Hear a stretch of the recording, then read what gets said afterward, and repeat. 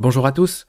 Aujourd'hui, j'essaye un nouveau format pour vous permettre en une seule vidéo d'avoir les infos nécessaires pour créer une stratégie profitable en trading. Pour commencer, je vais vous expliquer en détail comment fonctionne l'indicateur RSI et comment il permet de trouver des zones intéressantes pour trader. Ensuite, je vais vous donner un exemple de stratégie utilisant cet indicateur et on va voir comment mesurer ensemble sa rentabilité.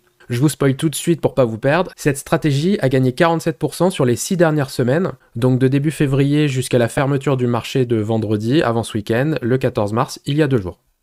Ce sera aussi l'occasion de vous montrer comment backtester une stratégie de A à Z pour l'ajuster et valider sa rentabilité avant de l'utiliser pour trader en réel. La vidéo risque d'être longue car elle est en plusieurs parties et j'aborde plusieurs concepts d'un coup, mais si vous la regardez en entier, vous aurez une stratégie et tout ce qu'il faut pour tester de votre côté avant de vous lancer. Alors bien entendu, je pourrais faire comme d'autres et vous balancer en 10 minutes une stratégie promettant plus 3000% qui miraculeusement marcherait sur des exemples que je prends à la main il y a 3 ans, mais on sait tous que c'est fake et que c'est pas comme ça que vous apprendrez à trader par vous-même et à être rentable sur le long terme. Là, ce que je vous montre, c'est factuel, c'est plus 47% entre le 3 février et le 14 mars, avec le déroulé et un backtest à l'appui, on a vu pire. Pour reprendre l'image, je suis pas là pour vous donner un poisson, mais plutôt pour vous apprendre à pêcher.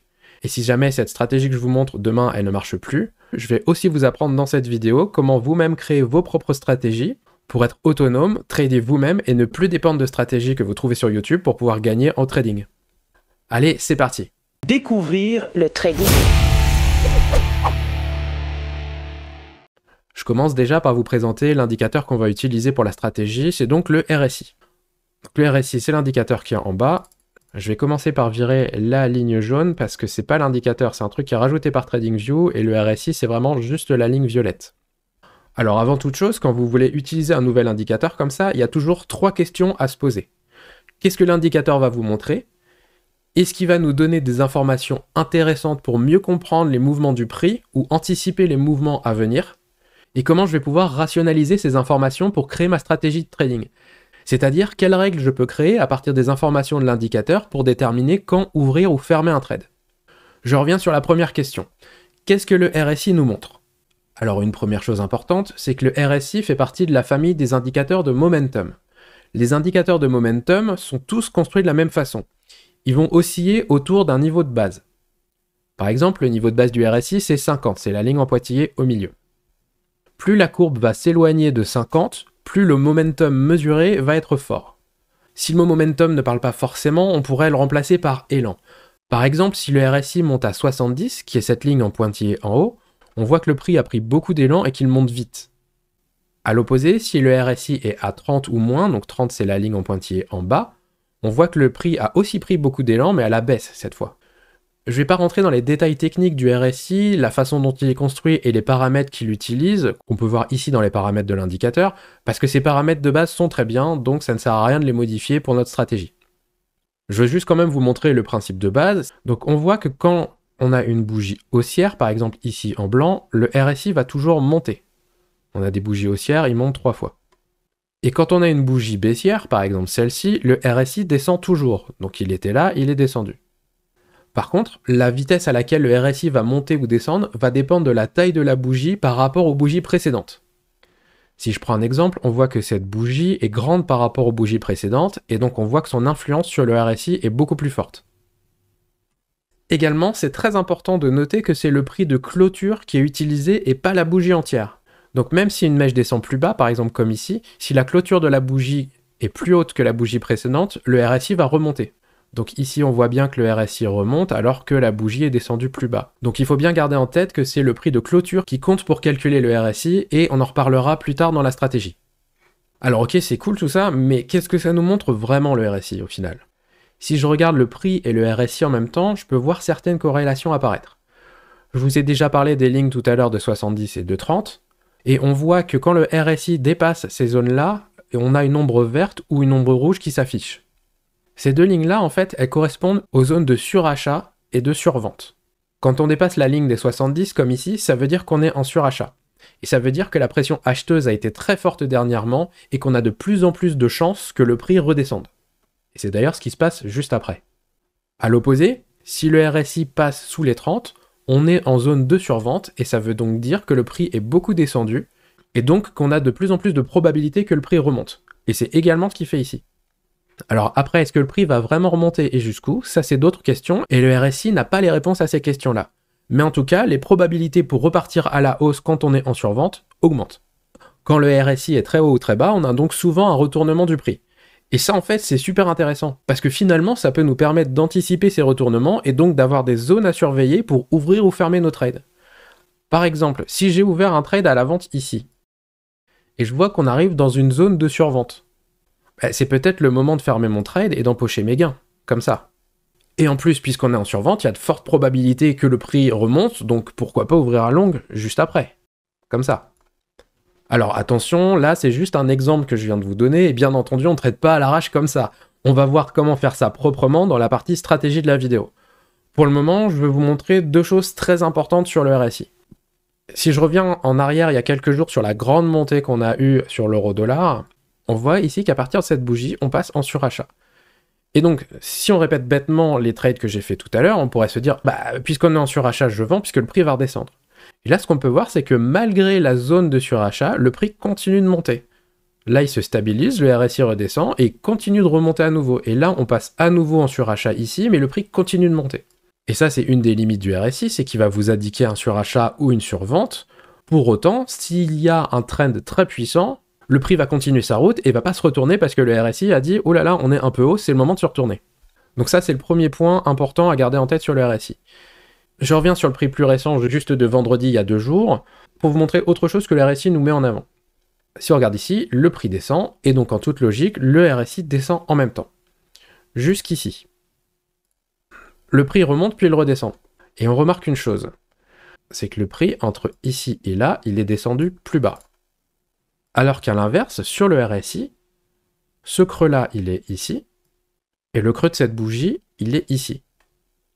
Et c'est ça qui va fortement nous intéresser aujourd'hui, et c'est ce qu'on appelle une divergence. On voit que le prix est allé plus loin sur la deuxième mèche en descendant, alors que le RSI, lui, est allé moins loin. Si vous vous rappelez ce que j'ai dit tout à l'heure, le RSI nous montre l'élan du mouvement du prix. Et là, on se retrouve avec un paradoxe. Le prix va plus loin alors qu'il a moins d'élan. C'est ça la divergence. Alors encore une fois, je laisse les détails techniques de côté pour pas vous noyer, mais ce qui est important de comprendre, c'est que si l'élan est en train de repartir à la hausse ici, alors que le prix est descendu plus bas, ça veut dire que théoriquement, le prix va remonter encore plus violemment derrière pour suivre l'élan haussier. Je viens de dire théoriquement, mais est-ce que ça se passe vraiment comme ça à chaque fois? C'est ce qu'on va regarder pour répondre à la seconde question que je posais tout à l'heure quand on choisit un indicateur. Est-ce que le RSI nous donne des informations intéressantes pour mieux comprendre les mouvements passés ou anticiper ceux à venir? Et en fait, si on réfléchit, cette question, c'est 2 questions en une. Donc, première partie, est-ce que le RSI nous permet de mieux comprendre les mouvements du prix du passé? En fait, pas vraiment. Le RSI, si vous regardez, il bouge dans la même direction et à peu près de la même façon que le prix, donc il va pas vraiment donner d'informations supplémentaires. Si on reprend ce mouvement après la survente, le RSI ne nous indique pas pourquoi le prix est remonté jusqu'ici et pas jusqu'en haut par ici, par exemple, avant de redescendre. D'autres indicateurs nous donnent des pistes pour nous aider à mieux comprendre le passé, mais pas le RSI. Donc maintenant, deuxième partie de la question, est-ce qu'il permet d'anticiper les mouvements à venir? Parce qu'en fait, si c'est pas le cas, qui ne permet pas de comprendre le passé et qu'on peut pas anticiper l'avenir, le RSI c'est direct à la poubelle. Alors je dis ça de façon amusante, mais c'est très sérieux. Il y a des milliers d'indicateurs pour des milliers de traders, et c'est très important quand vous voulez utiliser un nouvel indicateur de vous arrêter dessus 10 minutes et de vous poser la question pour savoir s'il vous apporte vraiment quelque chose d'utile ou s'il pollue inutilement votre graphique. Si je tourne ça autrement, je veux dire en fait, virez tous les indicateurs qui ne servent pas dans votre stratégie et qui sont sur votre chart. Soit vous avez besoin de l'info pour exécuter votre stratégie et donc l'indicateur est utile, soit il n'a rien à faire là en fait. Je reviens au RSI et donc particulièrement aux divergences. Et je vais en noter rapidement quelques-unes que je vois pour qu'on puisse savoir si elles permettent d'anticiper ou pas le mouvement du prix. Donc celle-ci effectivement nous dit que le prix va monter, le prix monte, c'est très bien. Ici j'en ai une autre, alors c'est un peu plus tricky, mais si vous vous rappelez ce que je disais tout à l'heure, les mèches ne comptent pas dans les divergences. Parce que si on regarde ici, la mèche est partie plus haut, mais finalement, la bougie, elle a fermé en bas. Et donc d'ailleurs, si on regarde le RSI, on voit que le RSI s'est effondré parce que, en fait, comme ça a fermé en bas, on a une grosse pression vendeuse vers le bas. Par contre, si on regarde les points hauts de ces 2 bougies-là, la bougie de droite est bien plus haute que la bougie de gauche, alors que le RSI, lui, il est plus bas la deuxième fois. Donc on a une divergence baissière, et ça veut dire que le prix, il est censé descendre. Ici, j'ai un autre exemple haussier. Si on regarde là et là, on a bien ici une mèche avec un point bas, une mèche plus basse avec un point plus haut, donc on a une divergence haussière et le prix est bien remonté. Allez, une petite dernière pour la route, on peut partir de là à là par exemple, et ici sur le graphe, ce serait de ce sommet-là à ce sommet-là. Donc encore une fois, ce sommet est plus bas, celui-là est allé plus haut, alors que sur le RSI, ce sommet est plus haut que celui-là, donc on a une divergence baissière et le prix est censé descendre. Et lui est censé monter. Bon, ça commence pas trop mal, on voit bien que les divergences que j'ai indiquées provoquent un gros mouvement dans l'autre direction à chaque fois. Maintenant, si je veux transformer ça en stratégie, il va falloir que je trouve une règle d'entrée pour ouvrir mon trade. Alors par exemple, je vais dire que j'entre à la clôture de la première bougie qui part dans la direction du trade après la divergence. Je vous montre, la phrase est compliquée mais c'est assez simple. Là, on a d'accord, j'ai une divergence haussière, elle se fait sur ce bas-là, donc je vais ouvrir un trade sur la clôture de la bougie haussière suivante. Ça me donne ça. Je mets le stop loss sous la mèche la plus basse. Et je mets pour l'instant le take profit tout en haut. Donc si ça avait été un trade parfait et qu'on avait visé parfaitement le plus haut, on avait un trade à 8,5% de gain. Si je prends ce trade-là, donc on a un trade baissier, c'est la bougie qui crée la divergence. Donc je prends la première bougie baissière suivante pour ouvrir mon short. Je mets mon stop loss au niveau de la mèche la plus haute et je vise le plus bas possible, à savoir ici. Alors vous êtes peut-être en train de vous dire que je triche et que c'est facile de viser après coup l'endroit où le prix est allé au maximum pour faire le maximum de gains puisqu'on a tout sous les yeux, donc on peut pas se tromper. C'est totalement vrai, mais en fait c'est la première étape dans la phase de backtesting de notre stratégie. Pour l'instant, dans notre backtesting, ce qu'on fait, c'est que on sort les meilleurs trades possibles pour voir le potentiel de la stratégie dans un monde parfait. Donc si je continue sur cette divergence-là, donc là on a notre premier bas, là on a notre deuxième bas. Alors je les ai mis à l'arrache, mais en fait la divergence elle se fait pas sur cette bougie blanche, elle se fait sur la clôture de la bougie noire, puisque la clôture de la bougie blanche est plus haute et qu'elle correspond à ce moment où le RSI remonte. Donc c'est bien la bougie noire qui a créé la divergence, parce que la bougie noire ici est passée sous ce niveau-là, et ici on a bien la divergence. Je mets donc mon trade comme ça, stop loss sous la mèche, et je target le plus haut possible. Alors ici, on tombe sur un cas de figure assez intéressant parce que finalement, la bougie qui allait tout en haut, elle nous a aussi sorti sur le stop loss.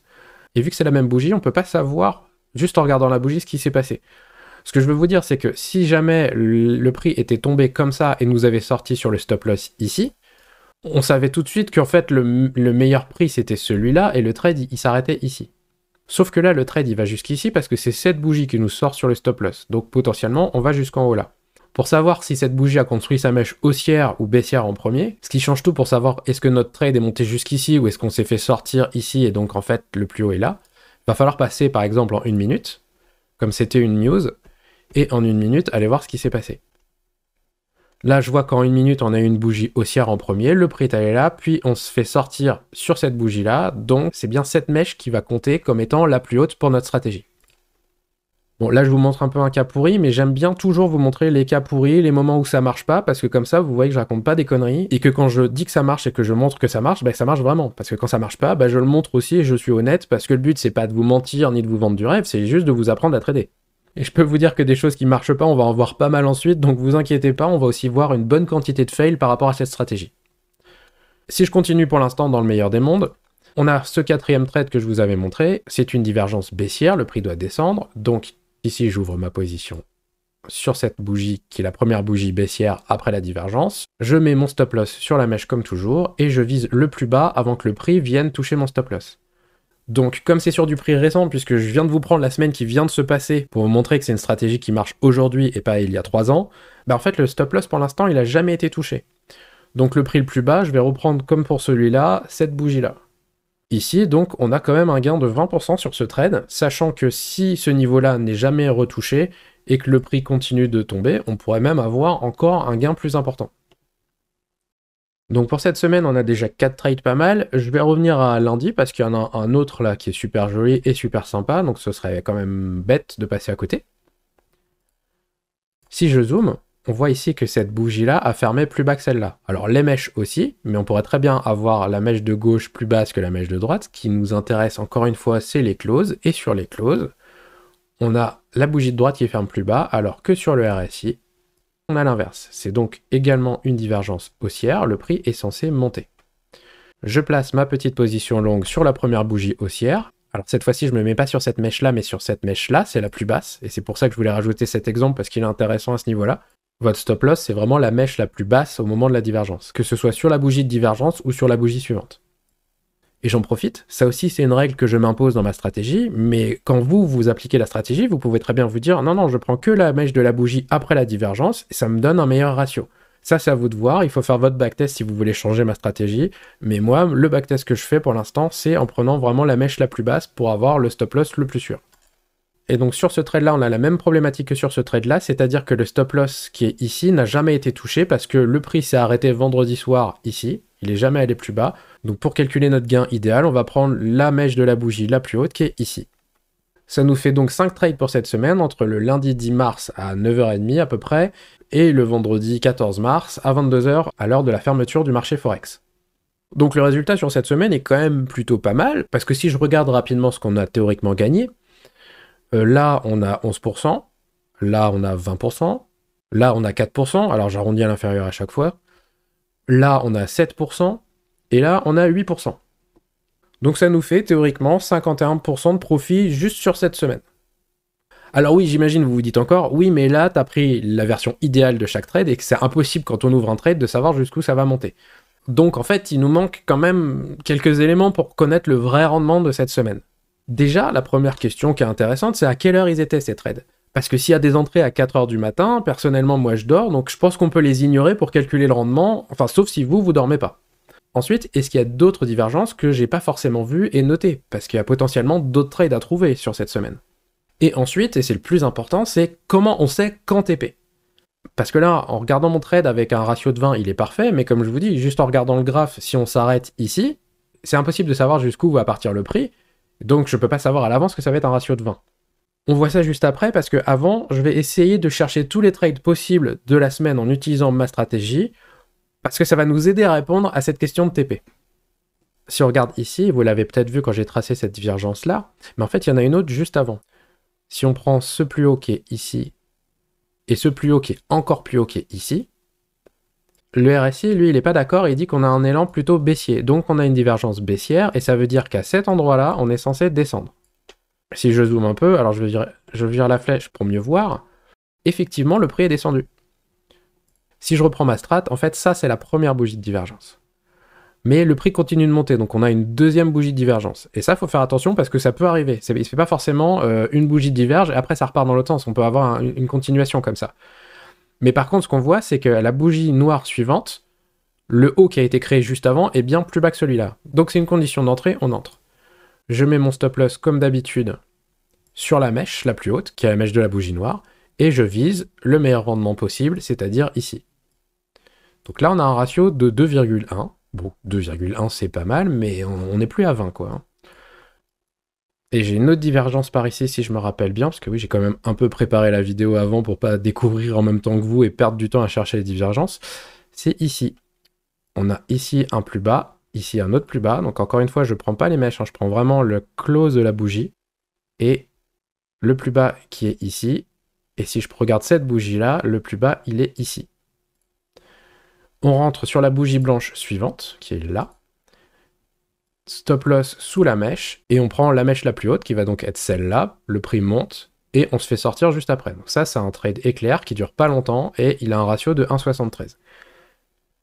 Donc quand je vous disais que tout n'est pas toujours parfait, là, le ratio, c'est quand même plus que 1, donc ça reste ok. Mais voilà, il y a aussi des petits trades un peu pourris, mais je vous cache rien, je vous montre absolument tout. Je vais revenir rapidement sur cette divergence parce que quand je l'ai tracée, je me suis posé une question qui débouche sur une règle dans ma stratégie. La question, c'est combien de bougies minimum il faudrait pour avoir une divergence. Ici, on voit qu'on a 3 bougies pour créer une divergence. Est-ce que c'est trop court et on voudrait plus? On pourrait même se dire, bah non, on peut même avoir une divergence encore plus courte que ça. Alors la règle que je me suis choisie, moi, pour ma stratégie, c'est qu'entre 2 sommets ou creux de divergence, je veux au moins, au minimum, 2 bougies à l'intérieur. Comme ça, sur le RSI, ça permet quand même d'avoir une bonne courbe et de pas avoir des trucs tout petits, tout ridicules. Vous, de votre côté, si ça vous parle, restez comme ça et utilisez cette même règle que moi. Si vous trouvez ça déjà trop petit, vous pouvez très bien dire que vous voulez au moins 3, 4, 5 bougies entre 2 sommets ou creux pour que votre divergence soit valide. ou si vous trouvez même ça trop grand, que vous pouvez avoir juste une seule bougie. Encore une fois, c'est vraiment la stratégie, il faut vous l'approprier. Si ma façon de faire vous parle, faites la même chose. S'il y a des choses qui vous plaisent pas, modifiez. Par contre, que vous preniez exactement la même version que moi ou que vous modifiez, testez bien de votre côté avant de partir en argent réel parce que vous devez être sûr de bien tout maîtriser et que la stratégie fonctionne vraiment avant de vous lancer. Je passe donc au récapitulatif de la semaine et on a finalement 7 trades valides si on suit les règles que j'ai fixées pour pouvoir ouvrir un trade. Si je prends le gain maximal calculé pour chaque trade, on a donc ici 11,3%, ici 2,1%, ici 20%, ici 4,4%, ici 7,5%, ici 1,7% et ici 8,5%. Alors j'en ai parlé tout à l'heure, mais ça peut être intéressant de définir aussi des heures réalistes pour trader. Par exemple, je vais dire que je peux trader que entre 8h et 18h. Donc on va oublier tous les trades qui étaient en dehors de ces horaires. Donc le premier est à 10h, c'est bon. Le deuxième est vers 15h, c'est bon. Celui-là, il est à 19h15, c'est dommage, c'était le trade à 20%, mais il n'est pas dans mes horaires, donc je le vire. Celui-là, il est pile à 8h, donc c'est bon. Celui-là, 17h15, c'est ok. Le petit à 13h, c'est ok. Et le dernier, à 8h45, c'est ok aussi. Donc je vais utiliser tous les trades pour calculer ma stratégie, sauf celui qui gagnait 20%. Alors maintenant, il reste à savoir comment on va gérer nos take profit. Cette stratégie, je l'ai pensée pour qu'elle soit simple. Donc on veut un TP simple. On pourrait utiliser la structure de marché, les points d'intérêt et compagnie pour essayer d'optimiser un peu plus tout ça, mais ça compliquerait beaucoup les choses et potentiellement ça peut vous ajouter une part d'incertitude et de subjectivité. Donc moi ce que je vous propose, c'est de prendre un ratio fixe. Ça veut dire que tous les trades qui ont dépassé ce ratio sont considérés que gagnants et que tous les autres, du coup, sont considérés comme perdants. Si je reprends les chiffres que j'ai, 11%, 2%, 4%, 7%, 1% et 8%, pour moi, le ratio idéal, ce serait par exemple 7. Je crois que c'est ici, voilà, parce que celui-là est à 7,5. Donc si je dis que mon ratio de take profit, c'est 7%, ça veut dire que j'ajuste tous mes trades à 7%. Donc celui-là qui a 11, je le descends à 7. Celui-là qui a 2, je le monte à 7. Alors je fais à peu près, c'est pour l'exemple, on va pas y passer des heures. Celui qui a 20, je l'oublie parce qu'il n'est pas dans les bons horaires. Celui-là, je le monte à 7 à peu près. Celui-là, je le baisse à 7 à peu près. Celui-là, je le monte à 7 également. Voilà. Et celui-là, je le baisse à 7 puisqu'il est à 8. Donc là, ce que je viens de faire, en fait, c'est que je viens de créer dans ma stratégie une règle qui dit quand j'ouvre un trade, je vise 7% de rendement sur mon trade. Et là, ce qu'on peut voir, du coup, c'est que si je tire ce trade-là, j'ai gagné 7%. Si je tire ce trade-là, je me suis fait stop loss, donc j'ai perdu 1%, puisqu'à chaque fois, je mise 1% sur mon stop loss pour gagner mon ratio, donc 7%. Celui-là, on a dit qu'on l'ignorait. Celui-là, je me suis fait sortir ici, donc c'est un stop loss. Celui-là, je le tire pour qu'il aille plus loin. C'est bon, il a touché les 7%, donc j'ai gagné. Celui-là, il se fait stop loss direct, donc c'est fini. Et celui-là, il gagne. Donc on a un win, un lose, 2 lose, 2 win, 3 lose, 3 win. Donc on a au total 6 trades avec un win rate de 50%. Quand un trade est gagnant, je gagne 7%. Quand un trade est perdant, je perds 1%. Donc sur la semaine, en utilisant ces règles-là, j'ai gagné au total 18%. Alors on n'est plus dans les 50% idéal qu'on avait au début, mais 18% sur une semaine, ça reste très bien. Maintenant, comme toujours, mon but c'est de vous montrer la vérité sans langue de bois et sans vous vendre du rêve. Donc il y a plusieurs choses à garder en tête par rapport à ce que je viens de dire. La strat, elle vient de faire 18% sur la semaine écoulée, de façon véritable, on vient de le voir, je vous l'ai montré, donc j'invente rien, et là ça fonctionne là tout de suite, aujourd'hui. Par contre, elle a fonctionné sur euro-dollar en 15 minutes. C'est mon graphe, je monte, euro-dollar 15 minutes. Ça me semble être un bon test sur un asset qui est beaucoup tradé et sur une time frame qui est ni trop rapide ni trop lente, donc c'est assez facile sur du 15 minutes de prendre des trades. Par contre, ça veut dire que sur une autre time frame ou sur un autre asset, peut-être que le résultat serait pas du tout le même. Ce serait peut-être beaucoup mieux, beaucoup moins bien, identique, on sait pas. Là, mon backtest, pour l'instant, il est que sur l'euro-dollar en 15 minutes que cette semaine. Et l'autre chose très très importante qu'il faut garder à l'esprit, parce que je pense que certains d'entre vous qui aiment bien les stats sont en train de s'arracher les cheveux, c'est que le backtest que je viens de faire, il est seulement sur 6 trades. Et donc en vrai, c'est pas du tout représentatif du potentiel de la stratégie. Il faudrait idéalement le faire sur des centaines de trades pour enlever la part de chance et affiner vraiment la stratégie. Par exemple, là j'ai pris un ratio de 7 parce qu'il est idéal par rapport aux trades qu'on a sous les yeux. Mais sur une année entière de backtest, c'est peut-être un ratio de 2 ou de 4 qui va mieux fonctionner. Et ça veut dire que chaque trade gagnant en rapportera moins. Par exemple, si j'ai un ratio de 4, bah quand je ne gagne que 4% au lieu de 7. Mais par contre, ça va augmenter mes chances de gain. Parce que si je reprends ce trade-là qui a un ratio de 7, si je lui demande qu'un ratio de 4, bah c'était un winner, c'était pas un loser. Par contre, si je fais ça, mon ratio de 4, ça devient une règle. Donc ça veut dire que lui, il fait 4, il fait 4, il fait 4, il fait 4. Donc j'ai 4 trades gagnants et seulement 2 trades perdants dans mon exemple. Sauf que les trades gagnants ne rapportent plus que 4%, donc je gagne 16%, j'en perds 2, donc je n'ai que 14% de rendement sur cette stratégie si je dis sur cette semaine que mon ratio est de 4. Je viens d'expliquer ça assez vite, donc si ça vous embrouille, vous inquiétez pas, on revoit ça en détail avec des vrais exemples juste après. Mais ce qui est important de garder à l'esprit, c'est que non, je m'enflamme pas à vous faire une démo sur 6 trades en disant vous faites 18% par semaine et vous êtes millionnaire dans 2 ans. Du coup, pour pousser la démonstration, je vais faire le backtest de cette stratégie sur tout le mois de février, donc depuis début février jusqu'à maintenant. Et j'ai déjà placé à l'avance les trades sur ma chart, et je vais pas le faire en live devant vous pour gagner du temps, parce que vous avez eu le temps que ça prend pour faire 6 trades. Là, on en a quasiment 50 sur le mois dernier, donc je vous affiche le résultat tout de suite, et par contre, on va décortiquer chaque trade pour comprendre ce qui s'est passé. Donc c'est parti, nous voilà début février pour commencer à review tout le backtest que j'ai fait entre début février et vendredi, il y a 2 jours. Alors une chose que je vous ai pas montré en vous présentant le RSI, c'est que le RSI lui-même vous permet d'afficher les divergences, ce qui aide beaucoup pour backtester en cliquant sur Show Divergence, tout simplement. Et là, on les voit qui s'affichent.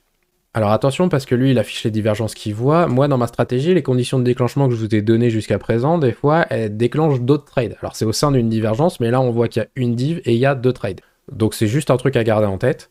Et c'est pour ça que des fois, je vais peut-être avoir plus de trades que le nombre de divergences écrites par l'indicateur.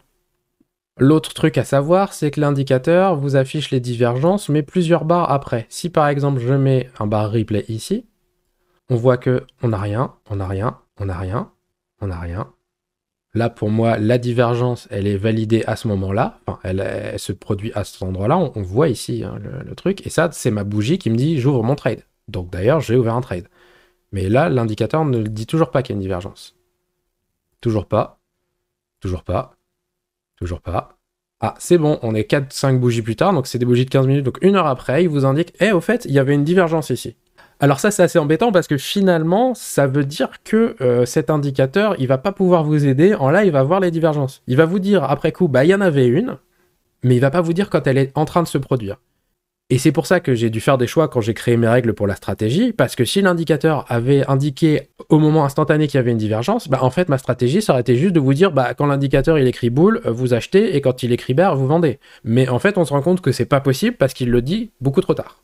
Et ça, si vous débutez vraiment, vous allez voir que c'est un gros piège dans la plupart des indicateurs, c'est que souvent les indicateurs vous indiquent des choses a posteriori.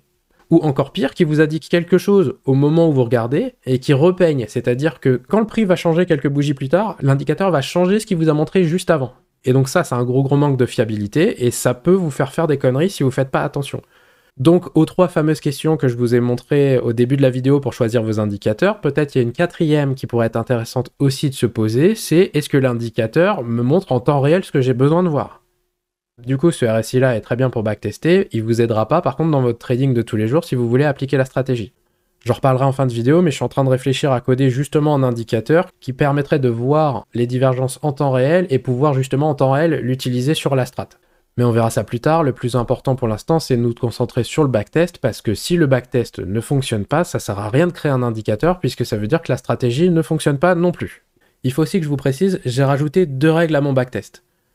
Je ne vais pas regarder plus loin que 5 jours pour trouver le meilleur ratio. J'ai un bon exemple sur le premier vrai trade qui est ici, c'est que le prix en fait depuis le 3 février il est jamais redescendu à ce niveau là, donc il a jamais touché le stop loss, donc là aujourd'hui mi-mars, techniquement le trade serait encore en cours. Ce qui n'a aucun sens vis-à-vis de la stratégie, puisqu'on cherche des trades court terme et rapides, et pas des swings qui vont durer plusieurs semaines. Donc j'ai mis une limite arbitraire à 5 jours, ce qui veut dire que finalement mon haut ici, ça va être ce point-là, qui est donc le 5 février, donc 2-3 jours après que ce trade ait été déclenché. Ça fait déjà un ratio de 24, c'est pas trop mal. La seconde règle que j'ai rajoutée, c'est que je veux que la taille minimale de mon stop loss soit de 30 pips. Ça va permettre d'avoir une taille de position maximale et de pas partir dans un truc délirant si la mèche de la bougie de déclenchement est super courte. Dit comme ça vous parle peut-être pas, mais on va le voir après quand je vais vous présenter les différents trades. Également, pour répertorier les trades, j'ai pas du tout tenu compte de l'heure de la journée parce que là, mon but, c'est d'avoir un maximum de trades à ajouter dans les datas de mon backtest.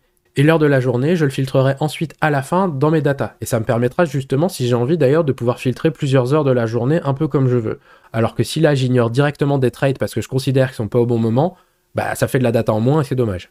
L'intérêt aussi de ne pas filtrer trop tôt la date et l'heure, c'est que ça va permettre peut-être après de faire des stats et de se rendre compte qu'à certaines heures de la journée, il y a des meilleurs win rates et pourquoi pas se dire de prendre les trades que de 16h à 18h par exemple. Et que quand on fait ça, le win rate est beaucoup plus important et donc la stratégie est beaucoup plus rentable. Une autre chose intéressante qu'on va voir ici, qu'on va recroiser plusieurs fois par la suite, c'est que le setup, il peut se faire en 2 temps. Alors je vais zoomer énormément parce que là ce trade là il est tellement mal parti qu'en fait il est minuscule, mais en fait ici il y a un trade, il y a un achat. Donc si je reprends mes règles de divergence entre ici et ici, le prix baisse.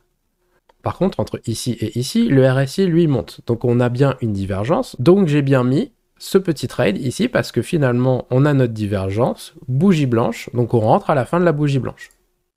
On se fait sortir direct. Mais en se faisant sortir, ça crée une nouvelle divergence. Et finalement, cette bougie-là est toujours une divergence par rapport à là, et on voit même, entre ici et ici, vous voyez, il y a une petite divergence, c'est-à-dire que cette bougie-là est un petit peu plus basse, alors qu'ici, c'est plus haut.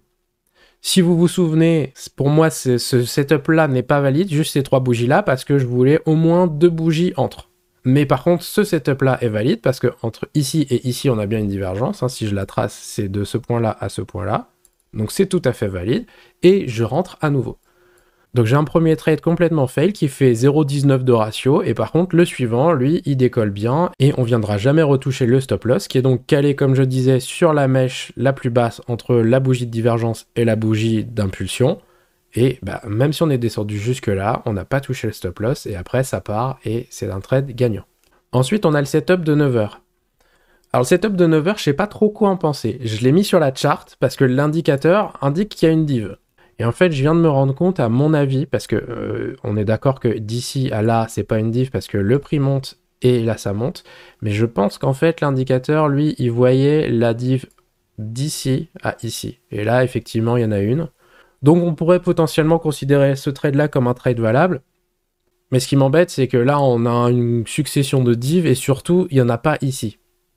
Donc moi je préfère dire dans ce cas-là et rajouter une règle qui dit que quand on a une succession de divs comme ça, faut prendre la dernière en date pour calculer et que donc là, vu que c'est cette bougie-là la dernière, là on remonte donc ça marche pas.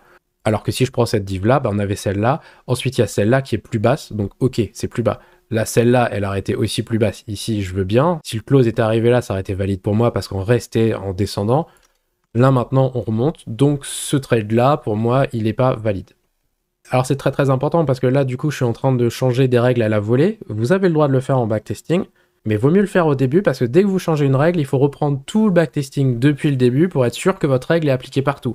Parce que vous n'avez pas le droit de changer les règles en cours de jeu, et sinon votre backtesting n'a plus aucun sens. C'est comme si vous disiez, alors sur les premiers trades j'ai le droit à un ratio de 8, et puis par contre après ça passe à 2. Sauf que le jour où vous voulez trader ça, vous tradez 8 ou 2.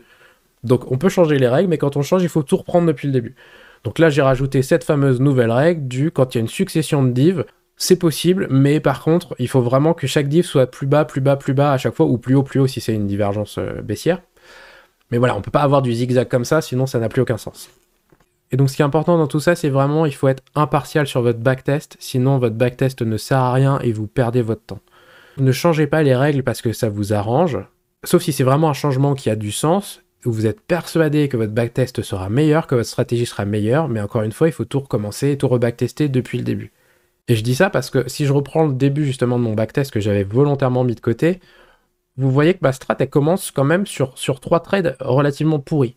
Celui-là, il fait que 1,79, celui-là 1,71 et celui-là 0,19. Donc ces 3 trades-là, ils sont nuls. Ça veut dire que si ma stratégie, je me dis, moi, il me faut un ratio minimum de 2 pour trader, déjà, ça me fait 3 loses pour commencer. Et en plus, on peut se dire que là, moi, je commence après un gap baissier de malade. Enfin, j'ai pas de visibilité sur ce qui se passe avant, donc c'est naze. Là, le RSI, il est en PLS. Mais ce qui est très important, et c'est pour ça que j'insiste, et je veux vraiment vous faire comprendre, c'est qu'en fait, moi, j'ai mes règles, et ces trades-là, ils rentrent dans mes règles. Là, de là à là, ça baisse. De là à là, ça se voit pas trop, mais ça monte. Donc, c'est un trade. Et si je continue, de là à là, c'est pareil, ça baisse, alors que de là à là, ça monte. Là, sans trop se poser de questions. Donc c'est aussi un trade. Et celui-là, je vous l'avais montré juste avant, mais il est aussi valide. Comme ça, et là, ça monte. Donc c'est aussi un trade. Donc en fait, ma stratégie, là, je vous fais son backtest, je commence par 3 trucs pourris. C'est pas grave, en fait, c'est la vie, et c'est ça, backtester une stratégie. Et c'est aussi pour ça que c'est important de bien backtester, parce que si demain, vous prenez ma stratégie, que vous commencez sur un environnement live, et que vous faites « Ok, j'entre, ok, j'entre, ok, j'entre », vous commencez avec 3 loses, vous arrêtez là, j'ai 3 loses, 0% de win rate, cette stratégie, c'est de la merde. C'est peut-être de la merde maintenant, mais ce sera peut-être mieux après, on n'en sait rien. Et justement, pour le savoir, il faut avoir plus de data, et c'est ce qu'on est en train de faire. Le but derrière tout ça, c'est vraiment que la prise de décision et la stratégie soient mécaniques. Comme ça, vous n'avez pas de questions à vous poser quand vous tradez, et vous n'avez pas de peur, vous n'avez pas d'hésitation. Là, ces 3 trades-là, ils étaient valables selon la stratégie, donc je les prends, je me pose pas de questions, même en environnement live. Ce 4e-là, il est valable, je le prends, et c'est parti. Parce qu'après, si votre backtest il est profitable parce que vous virez à la main tous les setups qui paraissent un peu pourris, genre comme celui-là, là, oh non, celui-là on va le virer, vous avez une chance sur 2 pour qu'à la fin ça fonctionne pas quand vous passez en réel. Parce qu'en réel, ce setup-là, quand on est ici et qu'on voit ça et qu'on sait pas ce qui va se passer derrière, ce setup-là, tous les jours on le prend parce qu'il rentre dans les règles en fait. Je sais, j'insiste assez lourdement, mais c'est super important de comprendre ça parce que c'est vraiment ce qui fait la différence entre ceux qui réussissent parce qu'ils backtestent bien et ceux qui backtestent dans l'espoir et qui du coup n'y arrivent pas. On continue la série noire, donc là pendant plus d'une journée on n'avait rien, on arrive le mardi à 19h45 et on a un superbe fail à nouveau. Voilà, donc un ratio de 0,6. Mais comme je vous disais, moi je suis honnête, je vous montre tout quand ça marche et quand ça marche pas, comme ça au moins vous savez à quoi vous attendre. Ce trade là maintenant, c'est un ratio de 3, c'est mieux parce que du coup on descend jusqu'ici, alors on pourrait même descendre plus loin, mais rappelez-vous ma règle des 5 jours, j'ai pas envie d'avoir un trade qui dure 18 000 ans, donc c'est le niveau le plus bas atteint dans une période de temps raisonnable. Ici, on a un nouveau setup tout pourri qui fait que 0,17, donc celui-là, ce sera un lose. Ici, on en a un autre qui est que à 1,41, donc à mon avis, ce sera aussi un lose quand on choisira le ratio qui va bien. Ici, on en a un qui est à 5,2, donc encore une fois, je vous réexplique, je vais pas le faire à chaque fois, mais hop, c'est le plus haut avant de se faire sortir. Et ici, si je zoome, en fait, cette mèche-là, elle est venue en haut avant d'aller en bas, donc on a TP ici et on se fait sortir juste derrière. Ici, on en a un raté à 0,72 et un autre raté à 0,42.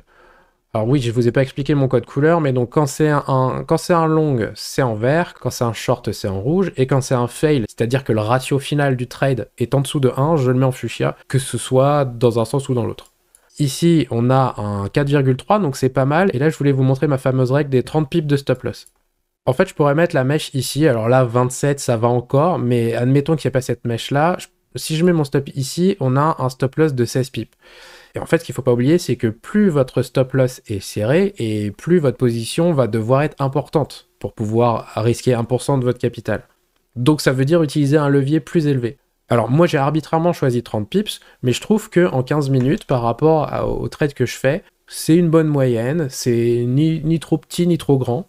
Ça libre à vous de changer, mais ce qu'il faut voir, c'est que si votre stop loss est à 10 pips, par exemple, vous avez de fortes chances de vous faire sortir juste par le spread, si ça se passe mal, que vous allez avoir une position beaucoup plus grosse, donc s'il y a un mouvement brusque avec du slippage, vous allez perdre beaucoup plus que 1%. Et voilà, donc après, la balle est dans votre camp, à vous de choisir votre stop loss idéal. Moi, dans ma règle, c'est 30 pips. Ici, j'ai une vente contre-tendance qui passe à 3,5, donc ça fonctionne aussi en contre-tendance, donc c'est pas mal, même si vu de loin, ça semble quand même être une mauvaise idée d'ouvrir un trade ici dans ce sens. Il rapporte quand même 3,5%, donc on crache pas dessus. On voit aussi ici un autre exemple où j'ai mis le stop loss plus loin que la mèche pour pouvoir avoir mes 30 pips de stop loss. Là, si je l'avais mis sur la mèche, c'était un stop loss que à 17. Ça montait à 6% de gain, mais ma règle c'est 30, donc je reste à 30. Je continue, donc ici on a un petit short à 1,4%. Ici on en a un mieux qui est à plus de 10, c'est intéressant. On a profité d'une belle chute.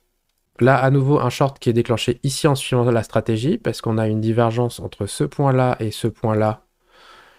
Et ce point-là qui est un peu plus bas. Bon, c'est la cata, on va pas se mentir, on se fait direct sortir, mais comme je disais tout à l'heure, en fait, c'est un setup en deux temps, c'est-à-dire qu'il y a une nouvelle divergence qui est créée juste après, et celle-là, elle a un gain de 3,5. Donc, c'est pas si mal. Quelque chose qu'on peut remarquer ici, qu'on reverra un peu plus tard dans le backtest, c'est que on est dans un trend haussier et que ma stratégie ne donne que des shorts. En fait, si vous réfléchissez, c'est logique, puisque comme on est haussier, le RSI est souvent vachement haut, et comme il est vachement haut, il va souvent faire des divergences bear et rarement des divergences bull. Et du coup, ça nous fait quand même prendre pas mal de trades contre tendance. Alors, il faut faire attention, et ça, c'est peut-être, mais j'en reparlerai plus tard, mais une règle qu'il faudrait ajouter, à savoir peut-être éviter d'ouvrir des trades contre tendance quand on a un trend super fort comme ça. Le problème, c'est que, comment vous définissez que votre trend est super fort, et si vous le faites pas avec un outil factuel, ça devient subjectif, et qui dit subjectif dit que vous pouvez vous tromper ou avoir peur. Ensuite, on a un long ici. Donc comme on a un stop loss super gros ici avec plus de 360 pips, le ratio est assez bas, donc on a 3,2%, mais c'est déjà pas mal. Ici, on a un petit long avec seulement 2,2%, mais il enchaîne sur un short qui lui est à plus de 12%, donc c'est plutôt cool. Après, on a un autre exemple de setup en deux temps. Donc là, on voit qu'on a notre divergence ici, boule. Donc on rentre sans réfléchir ici à ce moment-là, mais on se fait sortir juste derrière par une nouvelle bougie baissière pour créer une deuxième divergence, et du coup on re-rentre sur la deuxième, et là c'est parti, et c'est un trade à 25 de ratio. Et encore une fois, j'utilise ce haut-là pour arrêter mon gain, parce que là on est déjà 3 jours après, donc on n'a pas envie d'un trade qui reste ouvert super longtemps. Alors là c'est intéressant, on tombe sur un exemple assez étrange. En fait on a deux divs imbriquées l'une dans l'autre. Et c'est pas grave, dans ce cas honnêtement on fait les gros bourrins, et on prend les deux setups dans les deux sens, parce qu'ils sont tous les deux valides selon nos règles. Si après ça vous pose problème vous de voir ça, il faut changer les règles et dire quand il y a un setup qui est ouvert dans un sens, c'est interdit d'en prendre un dans l'autre sens, par exemple. Après c'est à vous de voir, mais moi je veux rester le plus simple possible pour l'instant dans mon exemple. J'ai aucune règle qui m'interdit d'avoir deux trades qui partent dans les deux sens, donc je prends les deux. On voit que le long se porte plutôt pas mal parce qu'il va faire plus de 10%, le short a un peu plus de mal à 1,2%, mais c'est logique, si on prend deux trades dans deux directions différentes, il y en a forcément un qui va performer et l'autre qui va se faire sortir assez rapidement. Ici, on a un autre short, et ça prouve aussi l'intérêt d'avoir un stop loss minimum, parce que si je prenais vraiment la mèche telle qu'elle a été créée, ce serait ça. Ça nous ferait un stop loss de 5 pips. Donc déjà, rien qu'avec le spread, c'est impossible, mais même si ça marchait, on se ferait sortir juste après. Le fait d'avoir un stop loss de 30 pips, ça permet d'avoir un peu d'air pour respirer, et comme toujours, adapter la taille de vos stop loss à l'unité de temps que vous tradez. Moi, c'est du 15 minutes. Vu la volatilité des bougies, 30, ça me paraît pas déconnant en ce moment. Par contre, ça c'est aussi une réflexion qui est assez intéressante, c'est je viens de dire en ce moment, et il faut voir dans le temps, peut-être qu'il y a 6 mois, il y a 1 an, quand vous faites un backtest plus lointain, 30 ça marchait pas. Ou peut-être que demain ça marchera plus. Donc il faut pas hésiter à challenger régulièrement aussi vos stratégies au fur et à mesure que le temps passe, et à les adapter, parce que ce qui est vrai aujourd'hui sur le marché ne le sera peut-être pas demain. Là, on a un autre setup qui est déclenché, et celui-là est complètement raté, parce que pour le coup, il n'y a rien qui décolle juste derrière, donc ça arrive aussi des fois d'avoir juste un setup qui marche pas, et ça fait partie de la strat. On vise pas le 100% de win rate, on vise juste une rentabilité. Ensuite, on a deux longs qui se suivent, donc le premier à 2,48%, c'est pas trop mal, le deuxième à 9%, là c'est vraiment bien. Là, à nouveau, une divergence boule qui fail avec juste 0,77 de ratio, donc c'est un setup raté. Par contre, il enchaîne sur un autre qui, lui, va fonctionner et nous apporte plus de 8%. Là, on a encore deux petits trades, donc un short à 1,97 et un long qui rapporte 3,27. On a un autre long à 1,9. Et là, encore une fois, je pense qu'on assiste un peu à un passage à vide de la strat. Et c'est important de garder ça à l'esprit, et on verra tout à l'heure comment calculer le drawdown maximum de la stratégie, c'est-à-dire combien vous perdez maximum d'affilée vos trades. Parce que si jamais vous voulez utiliser une prop firme pour trader, c'est primordial de savoir si la stratégie elle est tenable, ou si vous allez vous retrouver avec trop de loose d'affilée, ce qui va vous faire rater votre challenge ou perdre votre compte si vous êtes déjà funded. Donc je vous spoil un petit peu dès maintenant, on verra que cette stratégie-là peut fonctionner même en prop firme, et que j'ai réussi à avoir des drawdowns qui ne descendent qu'entre 2 et 4%, donc pour une prop firme ça passe. Et après, si vous tradez avec votre propre argent, c'est moins un sujet, mais c'est quand même pas mal pour la psychologie de pas perdre 15 trades d'affilée. Après, dites-vous bien, si vous prenez 6 loses à 1% de suite et que le 7ème trade il fait 10%, à la fin vous êtes en positif. C'est juste que psychologiquement, il faut tenir la série de loses, et le backtest il est là pour nous préparer à ça et savoir combien on peut s'attendre à prendre de loses d'affilée quand on utilise cette stratégie. Ensuite, on a deux shorts, donc le premier quasiment à 7% et le second à 3,5%. Après ces deux shorts, on a encore un fail à 0,80 et un autre qui s'en sort un tout petit peu mieux et il fait un peu plus de 2%. Et là, on arrive dans une zone intéressante, c'est la grande montée, le méga trend de début mars.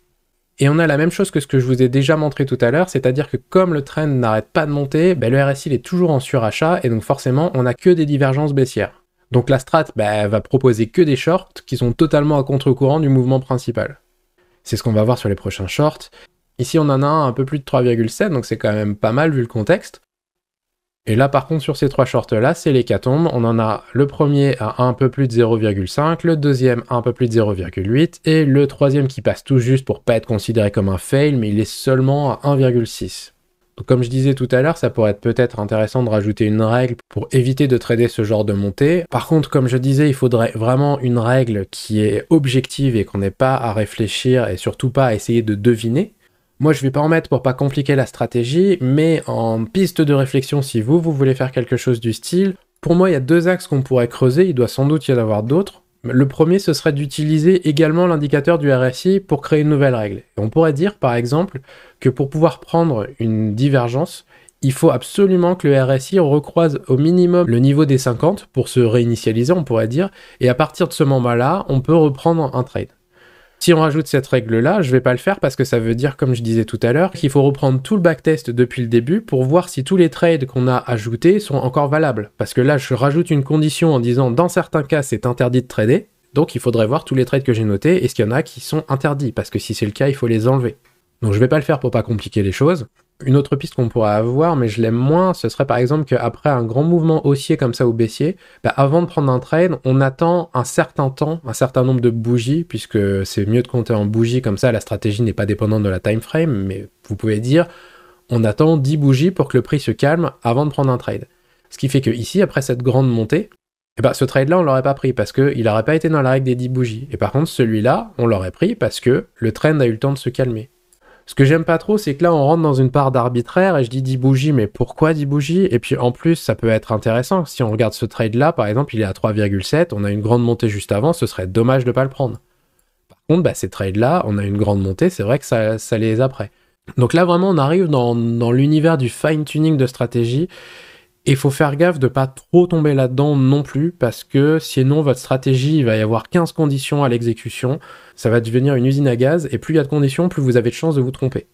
Donc essayez de rester le plus simple possible, parce que comme on le voit, pour l'instant, la stratégie est relativement simple, elle a quand même l'air de fonctionner, mis à part dans des cas un peu comme ça, où là, 3 trades d'affilée fail, et depuis le début du backtest, on a vu que c'est pas la première fois.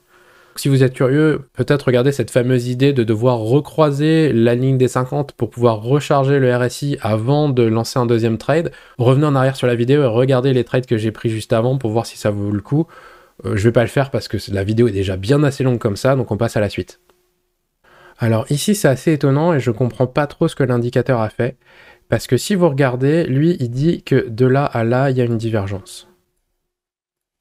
Sauf que en fait, les prix vont dans le même sens, donc il n'y a pas de divergence. Et par contre, de là à là, on a un sommet, là on en a un deuxième qui est plus haut. Pour le coup, ce sommet-là est plus haut que celui-là. Donc si je trace, j'ai bien une divergence. Ici, on a un élan qui baisse, alors qu'ici, on a un prix qui monte. Donc en toute logique, le setup que je devrais mettre, c'est plutôt ça, ici, comme ça. Et on se fait sortir là, donc le setup, il s'arrête ici, donc avec un ratio de 1,96. Si je continue, ici, c'est notre dernier setup parce que là, on revient sur ceux qu'on a déjà vus en début de vidéo. On a aussi une divergence. Alors celle-là, elle n'est pas folle non plus, mais c'en est une. Ça monte un tout petit peu et là, ça baisse bien, donc c'est une divergence. Et par contre, ce qu'il faut voir, c'est que là, le stop loss, il est complètement déconnant. C'est un stop loss de 438 pips parce que si on prend la bougie suivante, la mèche, elle est tout là-haut. Donc du coup, avec un stop loss pareil, forcément, le ratio est tout pourri, et donc le prix descend jusqu'à ce bas-là avant de se faire reprendre ici. Donc on a un ratio de 0,91, et je peux même d'ailleurs le mettre en fuchsia, parce que c'est un ratio inférieur à 1. Et d'ailleurs, ce niveau de stop loss, c'est une information que je vais indiquer dans mon compte-rendu de backtest, parce que c'est aussi une donnée qu'on pourrait utiliser pour filtrer nos trades. Par exemple, on ignore tous les trades qui ont un stop loss supérieur à 200. Dans ce cas-là, si vous voulez appliquer ce genre de règles sur votre stratégie, c'est mieux de ne pas vous préoccuper du stop loss quand vous trouvez vos trades. Un peu comme on fait avec le timing, c'est-à-dire on s'en fiche de savoir si un trade est à 3h du matin. Vous notez tous les trades et vous mettez tout ensuite dans votre compte-rendu, et c'est le compte-rendu que vous allez filtrer. Comme ça, vous allez pouvoir savoir à la volée, si vous passez votre stop loss à 400, à 350, à 300, quels sont les trades qui apparaissent ou qui disparaissent, et quelle est la modification sur votre win rate et combien votre stratégie gagne à la fin. J'imagine c'est pas forcément ultra clair, mais je vais vous montrer ça juste après avec le compte rendu et vous allez tout de suite comprendre ce que je veux dire. Ok, maintenant qu'on a fini de noter tous les trades sur la charte, on va faire parler ces datas pour trouver les forces et les faiblesses de la strat et voir si elle est viable ou pas. J'ai reporté dans un tableau Excel que vous avez sous les yeux tous les trades que j'ai notés sur la charte et on va faire des stats dessus. Je vous montre comment j'ai fait sur un trade et l'idée c'est que j'ai répété ce processus pour chaque trade pour pouvoir créer ce tableau.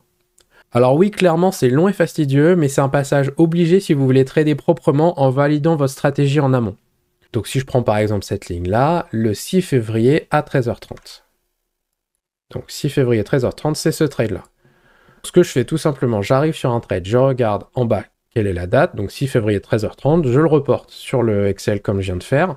Ensuite, je regarde si c'est un long ou un short. Donc là, on a un long. Quel est son ratio? 5.2. Et la taille du stop loss, 97 pips, juste en dessous de la souris. Je reporte ça ici, donc long, le ratio et le stop loss. Toute cette partie-là, c'est calculé automatiquement et c'est pas moi qui va rentrer à la main est-ce que c'est un win ou est-ce que c'est un lose, parce que l'idée c'est de rendre ça dynamique et de pas devoir revenir à chaque fois sur la charte pour changer les valeurs, re-rentrer, parce que sinon en fait vous allez jamais faire votre backtest parce que ça va juste vous prendre des jours et des jours. Donc que ce soit pour le backtest d'ailleurs comme pour votre journal de trading, j'ai pas encore fait de vidéo sur le sujet mais il y a plein de choses à dire aussi, mais ce qui est très important, c'est qu'il faut demander le minimum d'informations possible. Tout simplement parce que chaque information que vous demandez, c'est une information qu'il va falloir remplir. Si vous vous faites un rapport de backtest avec 20 colonnes ou un journal de trading avec 20 colonnes à remplir, vous allez le faire 2 fois et après vous allez abandonner. Donc le plus important, c'est d'avoir le minimum d'informations, mais qu'elles soient quand même pertinentes. C'est-à-dire, si vous mettez juste date, heure, direction, j'ai gagné, j'ai perdu, ça va pas beaucoup vous aider. Moi, ce qui m'intéresse ici, c'est effectivement la date et l'heure, parce qu'après, on va voir qu'on peut filtrer et donc virer des trades qui ne sont pas à la bonne heure, par exemple. La direction, je l'ai mise, mais c'est limite pour le fun, parce qu'en fait, le fait que ce soit un long ou un short dans cette stratégie-là, finalement, ça sert pas à grand-chose. On pourrait créer un filtre en disant, regardons seulement sur les longues, est-ce que ça marche mieux, ou seulement sur les shorts. Après, je me dis, là, on est dans une stratégie de déviation RSI, j'ai pas les stats, mais au doigt mouillé, je dirais que ça marche à peu près pareil. Par contre, je dis ça, mais ça peut être quand même intéressant d'avoir cette info, parce que si vous faites des stats sur assez longtemps, vous allez peut-être vous rendre compte que dans un bear market, par exemple, ça marche mieux sur les shorts, ou dans un bull market, ça marche mieux sur les longues, ou l'inverse. En fait, j'en sais rien, j'ai pas fait les stats, donc c'est tout l'intérêt en fait du backtest, c'est de faire des stats, mais c'est impossible de faire des stats sur absolument tout. Donc vous faites vos stats au moment où vous en avez besoin. Le ratio, c'est très important parce qu'on va voir après que ça va nous permettre de savoir justement si notre trade, c'est un win ou un lose. Le stop loss, je vous en ai parlé il y a quelques minutes. Je l'ai ajouté pour pouvoir créer un filtre dessus. Personnellement, j'ai pas fait le filtre, mais vous pouvez récupérer ce tableau Excel en description de la vidéo et donc vous amuser si vous voulez à faire un filtre pour savoir si on limite le stop loss à un certain niveau, est-ce que la stratégie marche mieux ou moins bien. Je vous mets ce tableau en description tout simplement aussi parce que on voit ici que mon backtest des 6 dernières semaines, il n'a que 49 trades. Alors 49 trades, c'est déjà vachement plus représentatif que 7 trades comme on avait au début de la vidéo, mais idéalement, vous voudriez plutôt en avoir 200, 300, voire dans le meilleur des mondes 500, pour vraiment vous assurer que sur le long terme, la stratégie fonctionne bien et pour pouvoir avoir aussi un drawdown qui est plus réaliste si jamais la stratégie, pour une raison ou pour une autre, a eu un gros passage à vide il y a un an avec 20 trades ratés d'affilée. Ça peut être intéressant de le savoir et si on fait des stats que sur le mois dernier, on peut passer à côté de ce genre d'infos. Je vous explique rapidement comment ça fonctionne, c'est assez simple. Ici, on voit le symbole sur lequel mon backtest est fait, euro-dollar, la time frame 15 minutes, et la stratégie que j'utilise, donc divergence RSI. C'est important de noter ça parce que, en toute logique, quand vous faites du trading, vous essayez de tester différentes stratégies sur différents assets ou différentes time frames. Enfin, vous faites ce que vous voulez, chacun fait ce qu'il veut. Mais l'idée, c'est que même si vous avez une stratégie qui fonctionne, et moi personnellement aujourd'hui j'utilise 2 stratégies, il faut quand même rester à l'écoute et en veille pour chercher d'autres stratégies que vous n'utilisez pas encore, tout simplement parce que si demain, votre stratégie actuelle qui vous fait gagner de l'argent ne fonctionne plus, il va falloir pouvoir rebondir sur quelque chose d'autre. Et donc ça reste toujours bien de se diversifier un minimum, parce que si vous avez besoin de changer de stratégie, au moins vous en avez une autre de prête. Alors que si vous ne tradez qu'avec une seule stratégie qui fonctionne très bien, mais si demain elle marche plus et que à ce moment-là vous commencez à chercher autre chose, ça peut paralyser votre trading pendant plusieurs semaines, voire plusieurs mois. A l'inverse, faites bien attention, je ne vous dis pas qu'il faut 5 stratégies différentes pour trader. Le mieux, ça reste quand même d'en utiliser une seule et de la maîtriser à fond, d'être sûr de vous, qu'elle soit rentable et vous êtes tranquille. Mais c'est toujours bien d'en avoir d'autres que vous n'utilisez pas en argent réel, vous pouvez les trader en compte démo ou même sur d'autres assets. C'est pareil, j'en ai pas parlé, mais c'est peut-être pas une très bonne idée de commencer à trader du forex, des actions, des matières premières et de la crypto en même temps si vous êtes débutant. Concentrez-vous sur un seul marché, voire un seul asset pour bien le maîtriser, avec une stratégie qui marche dessus, et après, soit vous essayez d'utiliser la même stratégie sur un autre marché, soit vous essayez d'utiliser une autre stratégie sur un autre marché parce que votre stratégie actuelle ne marche pas. Par exemple, admettons que ces divergences ne fonctionnent pas en crypto-monnaie, et ben je les utilise en euro-dollar, et en crypto-monnaie, j'aurai une autre stratégie qui marchera. Bref, quand vous avez un rapport de backtest, la moindre des choses, c'est de savoir de quoi il parle. Ensuite, on a le ratio cible. Toutes les cases qui sont en jaune, c'est les cases que vous pouvez changer vous-même. Les autres, il faut éviter d'y toucher parce que ça risque de péter des formules, mais celles-là, elles sont safe. Donc on a le ratio cible, on a quel est votre budget de départ et quelles sont vos heures de début et de fin si vous voulez limiter la stratégie dans la journée. Alors le ratio cible, vous vous doutez, c'est ce fameux ratio que j'ai déterminé tout à l'heure, et d'ailleurs je l'ai laissé sur 7. C'est le ratio que j'avais trouvé quand j'avais fait mon backtest juste pour cette semaine, et si on va en bas, on voit mes données de backtest. Et donc si on reprend du 10 mars au 14 mars, donc la semaine qui vient de s'écouler, on voit les fameux trades que j'avais notés en début de vidéo, et donc avec le ratio de 11, de 7 et de 8, si j'utilise mon fameux ratio de 7, ben on voit que ce trade-là, c'est un win puisqu'il est à au-dessus, donc il est à 11, celui-là aussi et celui-là aussi. Donc je vous rappelle, j'avais 3 wins pour 3 loses. Là, il y a 4 wins. Pourquoi? Parce que pour l'instant, j'utilise aussi ce trade qui avait un ratio de 20 qui était à 19h, en dehors de mes heures de trading. Si maintenant, je mets mon heure de fin à 18h comme j'avais dit, et que je redescends, ce trade-là passe hors session, et donc j'ai bien mes 3 wins et mes 3 loses, comme la démo que je vous avais fait tout à l'heure. Donc vous voyez, je reviens là-dessus pour montrer que c'est... Voilà, j'ai rien changé, ça marche comme prévu. Ce qui change par contre, c'est tout ce que j'ai rajouté avant, donc c'est tous les trades qu'on a vus ensemble entre-temps. Je remets à 24 heures pour l'instant et on verra plus tard ce filtrage par heure, parce qu'on a déjà d'autres choses à voir. Donc déjà, le nombre de trades. Au total, j'ai 49 trades. C'est-à-dire, j'ai 49 trades de backtest. Sur ces 49 trades, avec un ratio de 7, j'ai 12 wins, j'ai 37 loses, ça me fait un win rate de 24,49%. Donc ça veut dire que mon ratio cible, qui, quand j'étais juste sur la semaine qui vient de se passer, j'étais à 50% de win rate puisque j'avais 3 wins et 3 loses, ben en fait, si je pars depuis début février, on n'est plus qu'à même pas 25%. Donc il y a un trade sur 4 environ qui passe. Et il y a 3 trades sur 4 qui ne passent pas. C'est pas énorme comme win rate, hein, on va pas se mentir. Par contre, ce qu'on voit quand même, c'est que la stratégie, avec un win rate pourri comme ça, elle a un gain total de 47%. Donc si on regarde sur cette colonne-là le gain en pourcentage, ben on voit qu'on a 3 loses, donc 3 loses. Un win, bim, on repasse à 104%. Par contre là, on a une grosse série de loses, et donc on tombe à 93%. Un seul win, on remonte à 100%. Donc en fait, là, on est le 12 février, on trade depuis le 3. Jusque-là, pour l'instant, on n'a pas gagné et pas perdu d'argent. Et si je regarde le gain en euros, j'ai un capital de départ de 50 000 euros, je suis à nouveau à 50 000. Par contre, ce qui se passe, c'est que la suite du mois va être bien plus intéressante. Et donc, on finit le 14 mars à 73 500, soit un gain total de 23 500 plus nos 50 000 euros de départ. Donc là, on a le gain en pourcent, donc ça, on a gagné 47%. Et là, on a le gain en euros, on a gagné 23 000 euros. Ici, on a le start en pourcentage. Bon, bah ça, c'est si vous voulez faire une simulation en commençant avec un compte qui n'est pas à 100%, mais je vois pas trop l'intérêt. Je l'ai juste mis pour mes calculs, mais je l'ai pas mis en jaune parce que ça, vous n'avez pas trop d'intérêt à le changer. Par contre, ce qui peut être intéressant, c'est que si vous avez seulement un capital de 10 000 euros, eh ben, vous mettez 10 000 ici, et hop, ça va automatiquement. Bah, le gain est toujours de 47%, par contre, bah, vous gagnez 4 700 euros, puisque c'est 47% de 10 000. Et là, on voit, bah, suivant les trades, l'évolution du compte.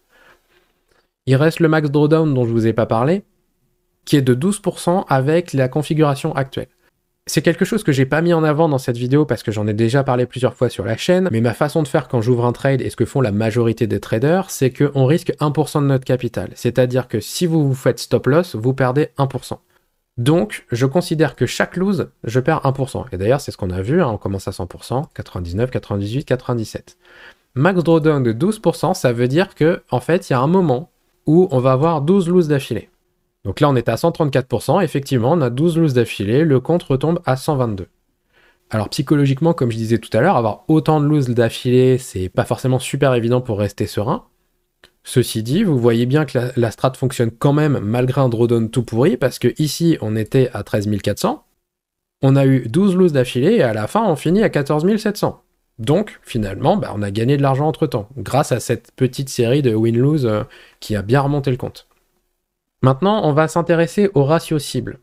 Le ratio cible, en fait, c'est comme je vous avais expliqué sur votre chart, quel est le ratio que vous allez utiliser quand vous ouvrez vos trades dans votre version de la stratégie. Si par exemple vous mettez un ratio de 4, en fait on va viser ici. Et donc il faut imaginer que ce sera sur absolument tous les trades. Dès que le setup se déclenche, vous mettez votre stop loss sous la mèche, ça vous donne la taille de votre stop loss, et ensuite, si votre ratio est de 4, le TP sera 4 fois plus loin. Ça c'est facile, mais voilà. Si je reviens là-dessus, en fait je peux jouer avec le ratio, et on va se rendre compte que le nombre de win, de lose, le win rate et les gains vont changer. Si par exemple je mets le ratio à 6, on voit que le win rate passe à 28%, le gain total passe à 49%. Si je mets le ratio à 5, on voit que le win rate monte à 30%, par contre le gain total chute à 41%. Si je passe le ratio à 4, le win rate augmente encore. Alors ce qu'il faut voir, c'est qu'à chaque fois que je baisse le ratio, forcément le win rate va augmenter, puisque le take profit est moins loin. Le stop loss, lui, il reste toujours au même endroit, mais plus le ratio est faible, et plus quand vous ouvrez un trade, votre take profit est proche. Donc plus le ratio baisse, et plus le win rate monte. Par contre, ça veut dire qu'à chaque fois que vous gagnez, donc dans 32% des cas, maintenant vous ne gagnez plus que 4%. Alors que si je remets 7, on gagne que dans 24% des cas, mais quand on gagne 7%. Et c'est pour ça que le gain il fluctue autant. Si je continue de descendre à 3, avec un ratio de 3, on a un gain total de 47%, ce qui est énorme, c'est comme 7. Genre un ratio de 7 ou un ratio de 3, le gain total sur la strat va être le même. Par contre, les gros changements qu'on a eu, c'est que le win rate, il va passer à 48% avec un ratio de 3, et surtout le drawdown, j'ai oublié de vous le montrer entre-temps, mais lui aussi, il diminue. Parce que vous avez de plus en plus de trades qui win, donc vous avez de moins en moins de séries de défaites d'affilée. Là, la pire série, c'est ici, on a 4 loses d'affilée, donc le max drawdown est à 4. Alors bon, c'est bien amusant de changer comme ça le tableau à chaque fois, mais j'ai fait un tableau récapitulatif où on va pouvoir voir directement, en fonction de la valeur ici, quels sont les résultats. Donc si je change, voilà, là on est sur 3, donc 48,98, c'est bien le win rate. On a 47% de gain et un max drawdown de 4, donc ça recopie bien. Comme je disais, plus le ratio est élevé, plus vous cherchez un take profit lointain, donc moins vous avez de chances que votre trade y passe. Parce que souvent, le take profit il sera pas touché et le stop loss il sera touché. Donc le win rate il s'effondre si vous allez trop loin. Le gain par contre, lui ça va dépendre. Par exemple, on se rend compte que avec un ratio de 7, j'ai un win rate de 24%, 47% de gain, mais si je passe le ratio à 8, donc que j'en demande un peu plus, mon win rate sera plus bas parce que j'ai des trades qui vont pas passer, par contre les trades qui passent, ils vont me rapporter plus parce qu'ils me rapportaient 7%, ils vont me rapporter 8. Et par contre, ce qu'on voit, c'est que le drawdown, il est à 12. Donc si je reprends mon ratio cible de 7 qui est écrit ici, on voit que la stratégie, avec ce ratio, est profitable, comme je disais, à 47%. Donc ça veut dire que si vous aviez utilisé cette stratégie sur les 6 dernières semaines, vous auriez fait 47%.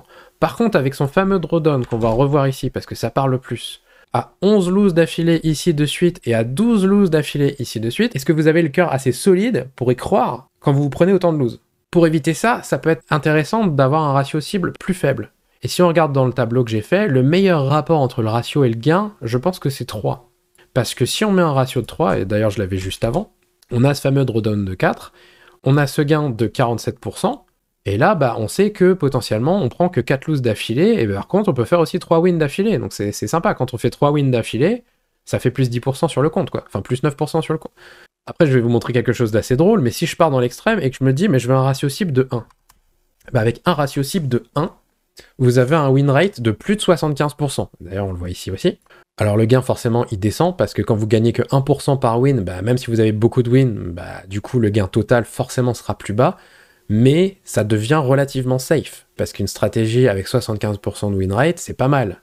Et surtout, le max drawdown est de 2, donc ça veut dire que sur les 6 semaines écoulées, en utilisant un ratio de 1% avec cette stratégie, vous aviez que 2 loses d'affilée maximum, alors que des fois, vous pouviez avoir 8 wins d'affilée. Personnellement, je suis quand même pas fan du ratio de 1, parce que si votre win rate descend, votre gain peut vite s'effondrer, vous pouvez même sur un malentendu passer en négatif, mais par exemple 1,5, ça reste intéressant, le win rate diminue pas trop, si on regarde ici sur le tableau, on perd 6%, on passe de 75 à 69, par contre le gain, lui, il augmente de 36%, parce que ça veut dire qu'à chaque win, vous avez 50% de gain en plus par rapport à un ratio de 1. Et avec un ratio cible de 1,5, vous gardez un drawdown bas. Et donc ce tableau, il est assez intéressant parce que ça vous permet de voir un peu l'évolution du drawdown et ça peut être très intéressant pour vous si vous utilisez les propres firmes. Parce que comme j'ai dit plus tôt dans la vidéo, les propres firmes, si vous les utilisez, vous savez bien, vous avez un drawdown maximal autorisé. Que ce soit par jour ou que ce soit sur votre compte. Donc par jour, il faut faire gaffe parce qu'il y a quand même certaines journées comme ça là où on a 5 trades d'affilée. Alors encore une fois, là c'est si vous tradez 24 sur 24, après si on filtre par heure, je pense qu'il y aura moins de trades. Mais globalement, voilà, on peut dire que les grosses journées, vous avez 4 ou 5 trades. Si votre max drawdown journalier c'est 4%, il faut éviter de faire 4 loses quoi. Mais donc globalement, si vous prenez des ratios qui vous donnent un drawdown entre 2 et 4, sur une propre firme, vous êtes assez safe parce que si on oublie ce drawdown journalier, après, globalement, généralement, le max drawdown, il tourne dans les 8-10% sur un compte. Donc là, sur du 4, vous avez une petite marge de sécurité. Ce qui fait que si vous voulez assurer le coup en propre firme, sur ces stats-là, encore une fois, attention, c'est vraiment sur ces 49 trades. Si vous voulez assurer le coup, faut partir sur un ratio de 1,5. Et là, vous faites 36% de gain en 6 semaines avec un drawdown de 2. Et si vous êtes un peu plus joueur, mais sans non plus faire n'importe quoi, vous partez sur un ratio de 3. Et là, vous passez votre gain à 47% en 6 semaines avec un drawdown de 4. Donc il faut faire attention si vous avez beaucoup de trades dans la même journée. Il y a peut-être un moment où il faut lâcher la souris quand même, mais sinon, vous êtes quand même assez large parce que si je remets 3, là, vous avez 3 loses, donc vous êtes en 3 de drawdown, mais là, vous repassez à plus 2%, donc c'est bien. Là, vous avez 4 loses, là, vous repassez à moins 1%, vous repassez à moins 2, mais derrière 3 wins, c'est bon, vous êtes à nouveau en positif, donc vous cramez pas votre compte sur des conneries.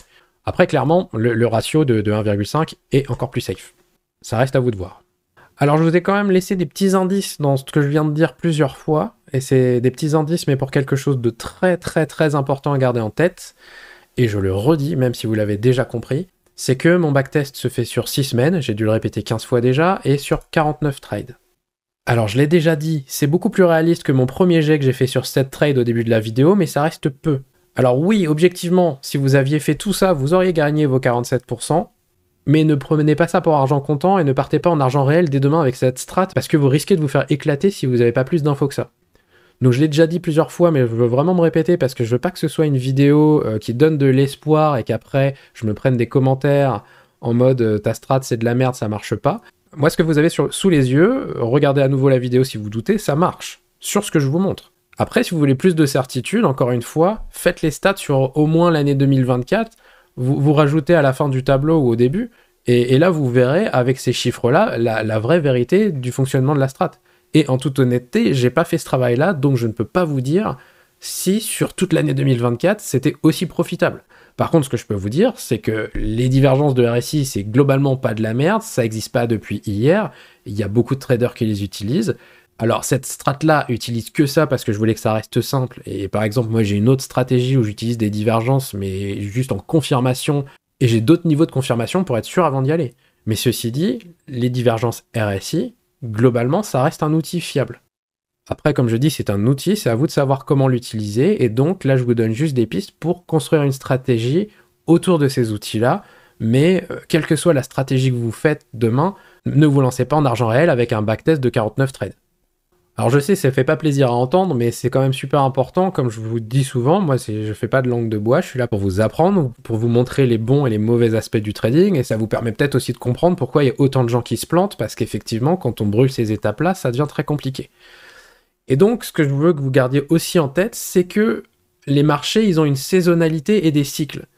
Donc peut-être que ce qui a marché en février ou en hiver maintenant, ça marchera pas l'été prochain. Ou peut-être à l'inverse, ça marchera encore mieux. Donc la moralité de tout ça, c'est que vous n'allez jamais avoir assez de data pour être sûr à 100%. Et même si vous avez 1000 trades de backtest, vous ne serez jamais sûr à 100% que ça marchera demain. Mais par contre, ce que je peux vous garantir, c'est que plus vous aurez de data et moins vous aurez de surprises. Et bien entendu, un autre point évident à ne surtout pas oublier, je vous en ai déjà parlé plus tôt dans la vidéo, mais comme elle est un peu longue si vous avez zappé, je vous rappelle qu'on teste l'euro USD en 15 minutes. Donc cette stratégie ne marchera peut-être pas en 5 minutes, ou peut-être pas en 1 heure, ou peut-être pas sur le Bitcoin. Ça vraiment, il faut, si vous changez de time frame, il faut tout retester. Ça, ces 49 trades, vous les oubliez. Par contre, si vous restez sur l'euro USD 15 minutes, déjà prenez ces 49 trades en base, et rajouter d'autres trades avant pour voir ce que ça donne. Et dans les semaines qui viennent, rien ne vous empêche pour le fun de rajouter les trades qui vont apparaître. À la fin, à la suite, vous mettez là, la semaine qui vient, quand il y a une opportunité qui se présente, en compte démo si ça vous amuse, prenez-la et voyez ce que ça donne, comme ça vous entraîne, et rajoutez-la à la fin. Si je vous donne un exemple très rapidement, si je dis que le 17 mars 2025, à 9h30, un setup de long apparaît, et que son ratio maximal avant de se faire stop loss, c'est de 5, hop, on met la taille du stop loss, je sais pas, 30, on met au pif, on s'en fiche. Et après, ce qu'il vous suffit de faire, vous prenez ces 3 cases-là, vous tirez vers le bas, et bim, ça vous fait un win. Et du coup, ici, ça calcule à combien est le compte. Et là, j'ai mis 5, donc admettons que je passe un ratio cible à 7. On voit que ce win de 5, il se transforme en lose, et on voit que c'est calculé automatiquement. Donc en fait, si vous prenez cette feuille-là, c'est très très simple de rajouter vos trades. Ensuite, vous sélectionnez tout ça, vous tirez vers le bas, et ça recalcule tout. Il y a juste ce tableau de droite qui ne sera pas recalculé parce que pour le coup je l'ai vraiment rempli à la main pour éviter qu'il change si jamais je change les paramètres. Je vous fais donc un petit récapitulatif de toutes les règles que j'ai fait pour la strat parce que je les ai un peu dispersées au travers de la vidéo. Donc là c'est le moment où je résume et que je vous explique exactement les règles pour déclencher un trade sur cette strat. Alors en premier lieu, il faut une divergence sur le RSI. Donc ça veut dire qu'il faut qu'il y ait un sommet ou un creux qui soit plus haut ou plus bas sur le prix, mais moins haut ou moins bas sur le RSI. Si vous avez un doute sur ce que je viens de dire, n'hésitez pas à revoir la partie graphique de la vidéo. Ensuite, deuxième règle, il faut que le RSI soit supérieur à 50 pour prendre un short ou inférieur à 50 pour prendre un long. C'est-à-dire qu'il faut que la divergence, elle apparaisse du bon côté. Si vous voulez prendre un long, on est bien d'accord qu'il faut que le RSI soit plutôt en survente qu'en surachat. Ça c'est pareil, c'est une règle où j'ai arbitrairement mis 50, mais vous pouvez peut-être vous amuser à faire des stats en disant non, pour prendre un long, en fait, il faut même que ce soit en dessous de 40 ou en dessous de 30. À vous de tester, à vous de voir si ça marche mieux ou moins bien. Moi je dis, il faut juste que ce soit du bon côté de mon niveau médian du RSI pour que le trade soit valide. Ensuite, pour entrer, on entre à la clôture de la première bougie dans le sens du trade. Ça veut dire que par exemple, si vous voulez prendre un long, c'est que votre divergence a eu lieu sur une bougie baissière et que donc vous ouvrez votre trade sur la clôture de la première bougie haussière qui suit. Pareil, si vous avez besoin de visualiser ce que je viens de dire, retournez sur la partie graphique de la vidéo où je l'ai fait environ une 50aine de fois. Ensuite, pour placer le stop loss, quatrième règle, on le place au niveau de la mèche extrême du prix, donc le plus bas ou le plus haut au moment du déclenchement du setup, ou à 30 pips minimum si jamais la mèche est trop courte. Ça aussi, je l'ai déjà expliqué plus tôt, mais on veut un stop loss de moins 30 pips pour avoir une taille de position réaliste. Et ensuite, dernière et cinquième règle, la plage de trading arbitraire que j'ai choisie, c'est entre 8h et 18h, bougie inclus. Donc potentiellement, ça veut dire qu'on peut ouvrir un trade jusqu'à 18h15 si c'est la bougie de 18h qui déclenche le setup. Donc voilà les 5 règles à respecter pour ouvrir un trade avec cette stratégie. Alors je viens de reparler de la plage horaire pour trader, et c'est quelque chose que j'ai laissé de côté jusqu'à présent dans ce fameux tableau Excel que je vous ai montré. Donc on va tout de suite tester ça pour voir ce que ça donne. Ici je mets 8h, et ici je mets 18h. Donc on voit que maintenant, tous les trades qui sont pas dans les bonnes heures passent pas en win ou en lose, mais passent en hors session, et ils ne seront pas comptabilisés dans les stats de la stratégie.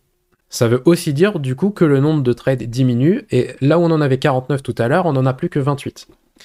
Et comme je vous disais plus tôt dans la vidéo, c'est là où c'est plus intéressant de filtrer maintenant plutôt que quand vous cherchez vos trades sur le graphique, parce que là du coup, j'ai ces stats-là avec ces heures-là, mais si jamais je me dis, non, en fait je veux commencer à trader à 10 heures, j'ai juste à écrire 10 heures, et voilà, maintenant j'ai plus que 24 trades. Alors que si de base j'avais récupéré que les trades entre 10h et 18h, je pourrais pas avoir les stats sur tout. Donc c'est mieux de récupérer tous les trades, et ensuite de les filtrer dans Excel, pour être tranquille et avoir du coup les stats qui vous intéressent. Alors je peux à nouveau m'amuser à changer le ratio cible et on voit que du coup les résultats changent. On va gagner du temps. J'ai déjà fait un autre tableau qui récapitule les résultats et on va le mettre à côté du tableau de win rate standard pour un peu voir ce qui change. Donc ça c'est le win rate sans heure de début et sans heure de fin, et celui-là c'est celui filtré de 8h à 18h. Quand on compare les deux tableaux, il y a plusieurs trucs qui sautent aux yeux. Déjà, on voit que dans le tableau filtré de 8h à 18h, le win rate, il augmente significativement jusque, on va dire, le ratio 6. Alors, au ratio 1, c'est plus faible, mais là, par contre, on gagne 5% de plus, là, 10% de plus, là, quasiment 10% de plus. Donc, on voit que si on prend des trades que entre 8h et 18h, le win rate est beaucoup plus élevé. Par contre, autre chose qui est intéressante, c'est que si on commence à aller voir des ratios plus élevés, bah là pour le coup le win rate il s'effondre et il était mieux quand on tradait sur 24 heures. Maintenant le drawdown, c'est pareil. On peut se rendre compte que si je cherche un max drawdown de 4, voire de 5, je peux aller jusqu'à un ratio de 5-6, alors que là pour un ratio de 4, j'étais déjà sur un max drawdown de 8. Donc, ça laisse supposer que quand on trade entre 8h et 18h avec cette stratégie, le win rate et le drawdown sont meilleurs. Par contre, ce qu'on voit, c'est que les gains sont plus faibles quand on trade que de 8h à 18h par rapport à quand on trade 24h sur 24, voire si on va tout en bas, je les ai mis en rouge, la stratégie perd même de l'argent entre 8h et 18h si on commence à avoir des ratios très très élevés. Alors c'est bien de voir ces différences, mais maintenant je vais essayer de vous expliquer pourquoi il y a ces différences et pourquoi ça nous intéresse. Et vous allez voir, c'est assez simple. Je vais commencer par les gains parce que c'est ce qui nous intéresse le plus dans le trading, on va pas se mentir, et donc d'essayer de comprendre pourquoi cette version de la stratégie elle gagne moins que cette version-là. Déjà, il y a une chose que j'ai oublié de vous mettre en avant depuis le début, c'est que, en fait, quel que soit le ratio, on se rend compte que la stratégie, systématiquement, rapporte de l'argent. Et ça, c'est quand même plutôt pas mal. Parce qu'en fait, vous pouvez choisir le ratio que vous voulez. Globalement, encore une fois, sur les 6 dernières semaines, elle vous rapporte entre 16, on va dire, le plus bas, et 50%. Donc ça veut dire que cette stratégie, elle a un bon rendement. Et qui dit bon rendement, en fait, il y a quelque chose de logique. C'est que ici, j'avais 49 trades, et ici, entre 8h et 18h, j'en ai plus que 28. Donc, vu que globalement, la stratégie gagne de l'argent, c'est tout à fait logique et normal que si j'ai moins de trades, je gagne moins d'argent. Donc, en fait, ça veut pas dire qu'entre 8h et 18h, ça marche moins bien et qu'on gagne moins. Ça veut juste dire que, oui, si on ouvre que 28 trades, forcément, on a moins de chances de gagner de l'argent que si on en ouvre 49. C'est en fait tout à fait logique. Du coup, j'aimerais bien connaître le vrai rendement de la stratégie et pas être influencé en fait par le nombre de trades. Et ce calcul en fait il est assez simple. Si je veux connaître le rendement d'une stratégie, je dois diviser le gain par le nombre de trades. On va prendre par exemple pour le ratio de 3 parce qu'ici c'était un de nos meilleurs ratios et c'est surtout pour avoir un gain similaire, il fallait vraiment monter jusqu'à un ratio de 6 et là le drawdown commençait à exploser donc une bonne stratégie ça reste une stratégie qui a un drawdown faible. Donc restons sur 3. Ici on peut voir aussi d'ailleurs que 3 c'est intéressant. Alors, est-ce que c'est une coïncidence ou pas? On verra plus tard. Mais là, les gains sont un peu plus bas. Là, c'est bien. Là, c'est diminue. Et pour retrouver un gain similaire, en fait, on peut pas. Et 3, c'est le meilleur gain sur le filtré. À la limite, avec 6, on a 35. C'est pas mal aussi. Mais voilà. Donc, on va se dire que on va calculer le rendement de la stratégie en disant que notre règle, c'est qu'on veut un ratio de 3 quand on ouvre un trade.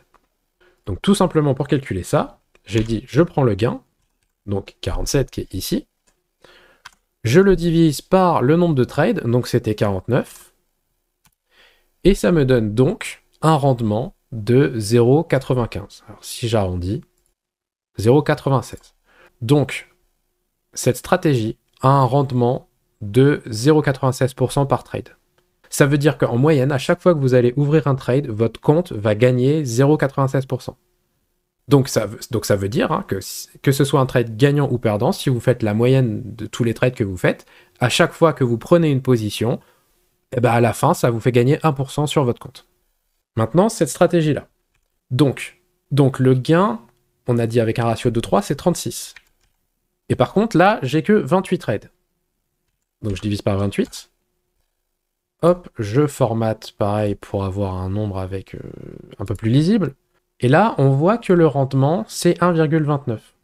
Donc, si vous utilisez cette stratégie-là pour trader de 8h à 18h, à chaque fois que vous ouvrez un trade, vous gagnez 1,29% sur votre compte. Alors, encore une fois en moyenne, parce que si vous avez un lose, vous allez perdre 1%, mais par contre, si vous avez un win, vous allez gagner 3%. Et si on fait la moyenne sur tous les trades, ça veut dire que à chaque fois que vous ouvrez une position, en moyenne, vous gagnez 1,29%. Maintenant, je vais plus loin. Admettons, demain, je commence à utiliser cette stratégie en argent réel et je fais 200 trades dans le futur. Si chaque trade me rapporte 0,96%, au bout de 200 trades, mon compte aura grossi de 191%.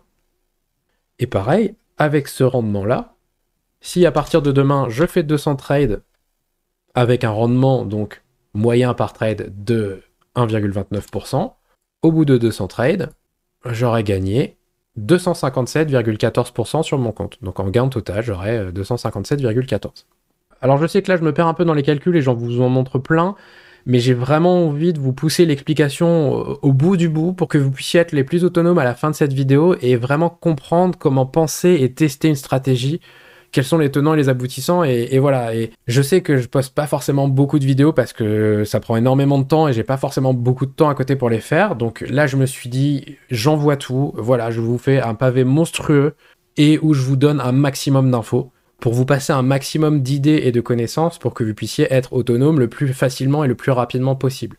Et ça vous laissera pas mal de choses à tester et à apprendre avant la prochaine fois.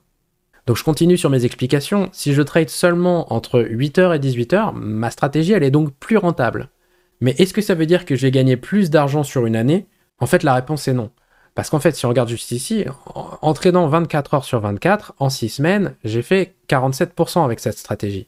Et donc si on part sur l'hypothèse que les conditions de marché restent stables par rapport à ce backtest-là, en fait en une année, on va gagner 47% divisé par 6 semaines, ce qui nous donne combien on va gagner par semaine, fois 52 semaines, et donc on va gagner 407% avec cette strat 24 heures sur 24, on dit, comme j'ai dit, avec un ratio 3 sur une année.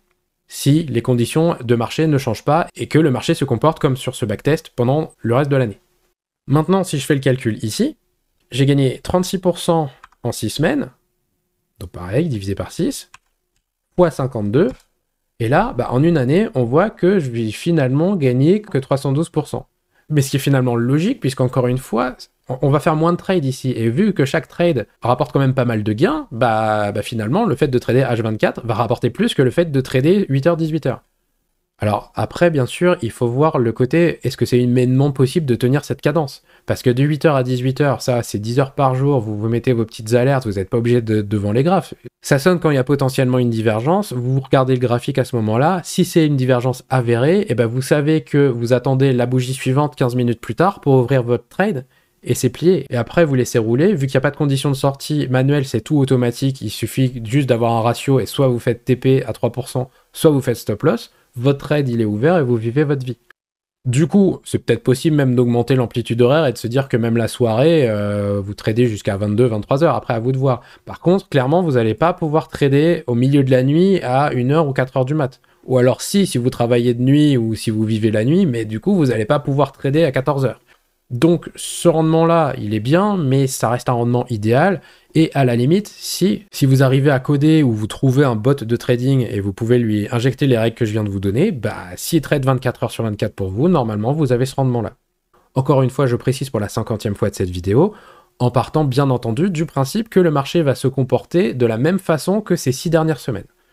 Et ça me fait une belle transition pour expliquer les différences qu'on peut avoir ensuite sur le win rate et le drawdown. Parce que, effectivement, quand on trade de 8h à 18h, apparemment, le win rate est bien meilleur, et le drawdown aussi. Et là, malheureusement, l'explication est toute simple aussi, c'est juste le hasard pur et simple. Pourquoi c'est du hasard? Parce qu'en fait, ces stats-là, elles ne sont faites que sur 28 trades. Alors déjà que quand c'était fait avec 49 trades, c'est pas beaucoup, mais faire un backtest seulement avec 28 trades, le hasard, il va forcément l'emporter sur les statistiques. Et j'aurais pris un autre moment de l'année 28 autres trades, ça se trouve le drawdown aurait été plus élevé parce que les trades auraient été moins bien entre 8h et 18h et mieux le reste du temps. Donc là pour le coup, cette différence-là, elle veut pas dire que c'est mieux de trader entre 8h et 18h et que vous aurez moins de drawdown. Ça veut juste dire qu'avec le peu de données qu'on a actuellement, dans ce cas-là, oui, effectivement, c'était mieux. Et donc ça c'est important parce que faut bien comprendre quand vous backtestez qu'il faut faire très très attention à pas inventer des conclusions en utilisant trop peu de data. Je grossis le trait et je vous donne un exemple. Je lance une pièce en jouant à pile ou face. Je la lance une fois, ça fait pile. J'avais une chance sur 2, ça pouvait faire pile ou face.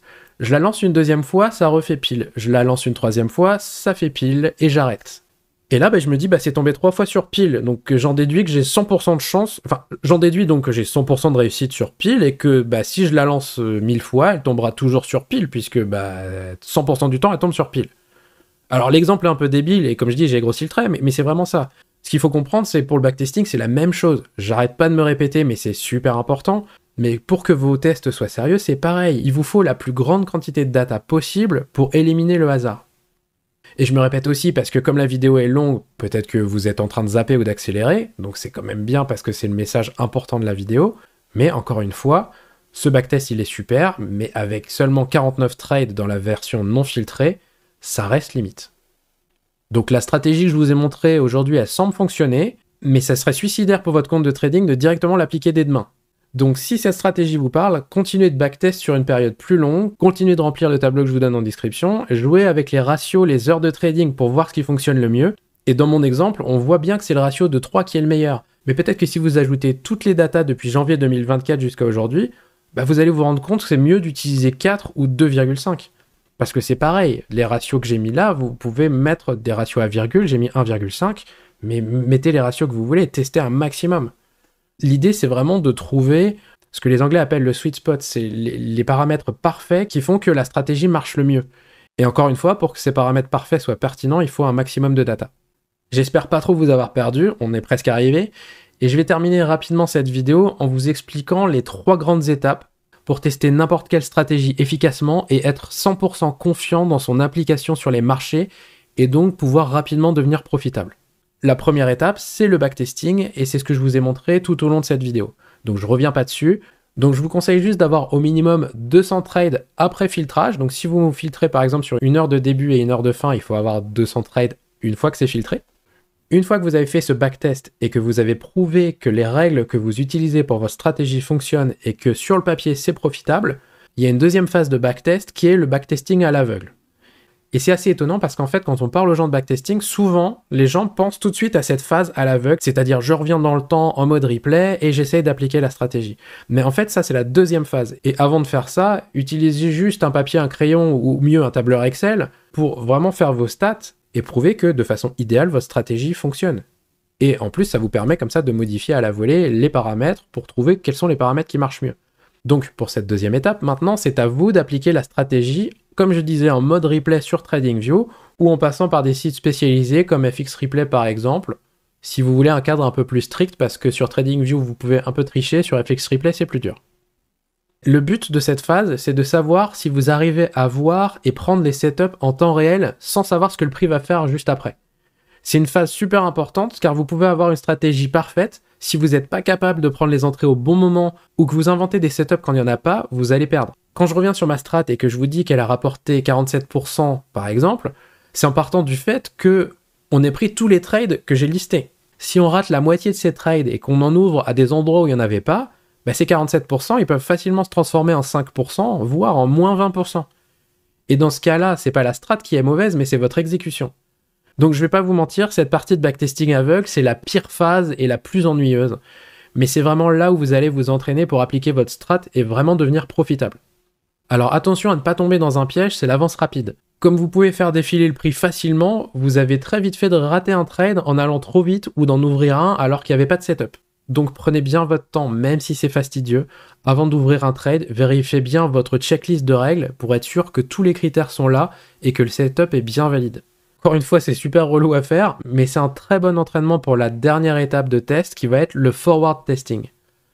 Et le forward testing, en fait, c'est tout simple. Vous appliquez votre stratégie sur l'action du prix actuelle. Donc soit avec un compte démo ou soit en paper trading sur TradingView. Et l'idée, c'est juste de vous assurer que vous arrivez bien à prendre les setups en temps réel. Si vous avez suffisamment fait de backtesting aveugle, ça devrait être assez simple et assez rapide parce que c'est la même chose, mais c'est plus lent parce qu'il faut attendre que le prix déclenche le setup. Et c'est aussi pour ça que j'ai choisi 15 minutes pour mon backtest et mon exemple d'aujourd'hui. Un graphique en 15 minutes, c'est assez simple à suivre parce que vous avez 15 minutes pour vous préparer en attendant la clôture de la bougie quand un setup se déclenche. Donc ça vous laisse à chaque fois 15 minutes pour bien vérifier que le setup est valide et calculer le stop loss et le take profit avant de lancer votre trade. L'avantage d'avoir une stratégie totalement mécanique comme celle que je viens de vous montrer aujourd'hui, c'est que vous pouvez l'automatiser en partie, voire totalement. Parce que pour cette stratégie, vous n'avez aucun ressenti à avoir. Vous devez juste vérifier qu'une succession de conditions sont bien respectées pour ouvrir votre trade. Ce que j'aime beaucoup aussi dans les stratégies 100% mécaniques comme celle-là, c'est que, comme je disais, on peut les automatiser. Et c'est quelque chose que j'aime bien faire. J'essaierai, si je trouve le temps dans les semaines qui viennent, de coder un indicateur pour faciliter justement ce backtesting et aussi qu'il puisse afficher directement les divergences et qu'il soit plus rapide que l'indicateur de RSI de TradingView, ce qui permettrait de le transformer en indicateur qui pourrait balancer des alertes quand un setup se présente. Et là, ce serait juste parfait parce qu'au lieu de se mettre les alertes à la main en amont, il suffirait d'attendre que l'indicateur envoie lui-même une alerte. Et à ce moment-là, on sait qu'on a juste à ouvrir la charte, on a un setup sous les yeux, on attend que la bougie suivante clôture et on peut lancer le trade tranquillement. Alors je vais pas faire de fausses promesses, donc je veux pas m'avancer sur une date à laquelle je vais release cet indicateur, mais en tout cas quand il sera prêt, je le mettrai directement sur Patreon pour les membres qui ont déjà accès à ma suite d'indicateurs actuels, mais j'ai aussi envie de vous en faire profiter gratuitement si vous n'êtes pas abonné à mon Patreon actuellement. Donc je vous propose un mini concours pour remercier les premiers viewers de cette vidéo et ceux qui ont eu le courage de la voir jusqu'au bout. Mais dès que l'indicateur est prêt, je vous donnerai un accès illimité dans le temps pour les 10 personnes qui posteront un commentaire avec une phrase contenant le mot indicateur sous cette vidéo.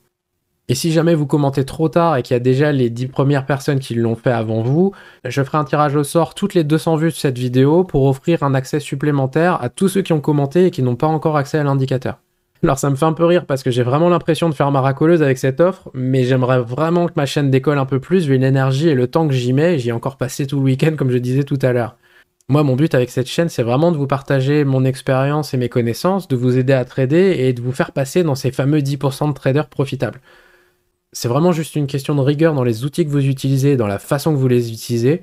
Si aujourd'hui vous n'êtes toujours pas profitable et que ça fait déjà plusieurs mois, voire plusieurs années que vous êtes mis au trading, prenez juste un peu de recul pour vous demander est-ce que vous ne faites pas certaines choses à l'arrache? Et vous verrez qu'il y a de fortes chances pour que la réponse soit oui. Et en fait, c'est juste pour ça que vous n'êtes pas profitable. Donc j'ai essayé de vous montrer cette rigueur qu'il faudrait avoir dans la vidéo d'aujourd'hui, sachant que la façon que je vous ai présentée, on peut encore faire 10 fois plus rigoureux que ça. Après, l'idée, c'est juste de rester logique et raisonnable, de trouver ce qui marche pour vous, et ensuite bêtement de l'appliquer pour gagner en trading. Comme toujours, n'hésitez pas à laisser un pouce bleu, à vous abonner à la chaîne si ce n'est pas déjà fait et à activer la cloche pour être prévenu de la sortie des prochaines vidéos. Si vous avez des questions à propos de cette vidéo ou si quelque chose n'est pas clair, n'hésitez pas à les poser en commentaire et j'y répondrai directement ou je ferai une vidéo détaillée si besoin.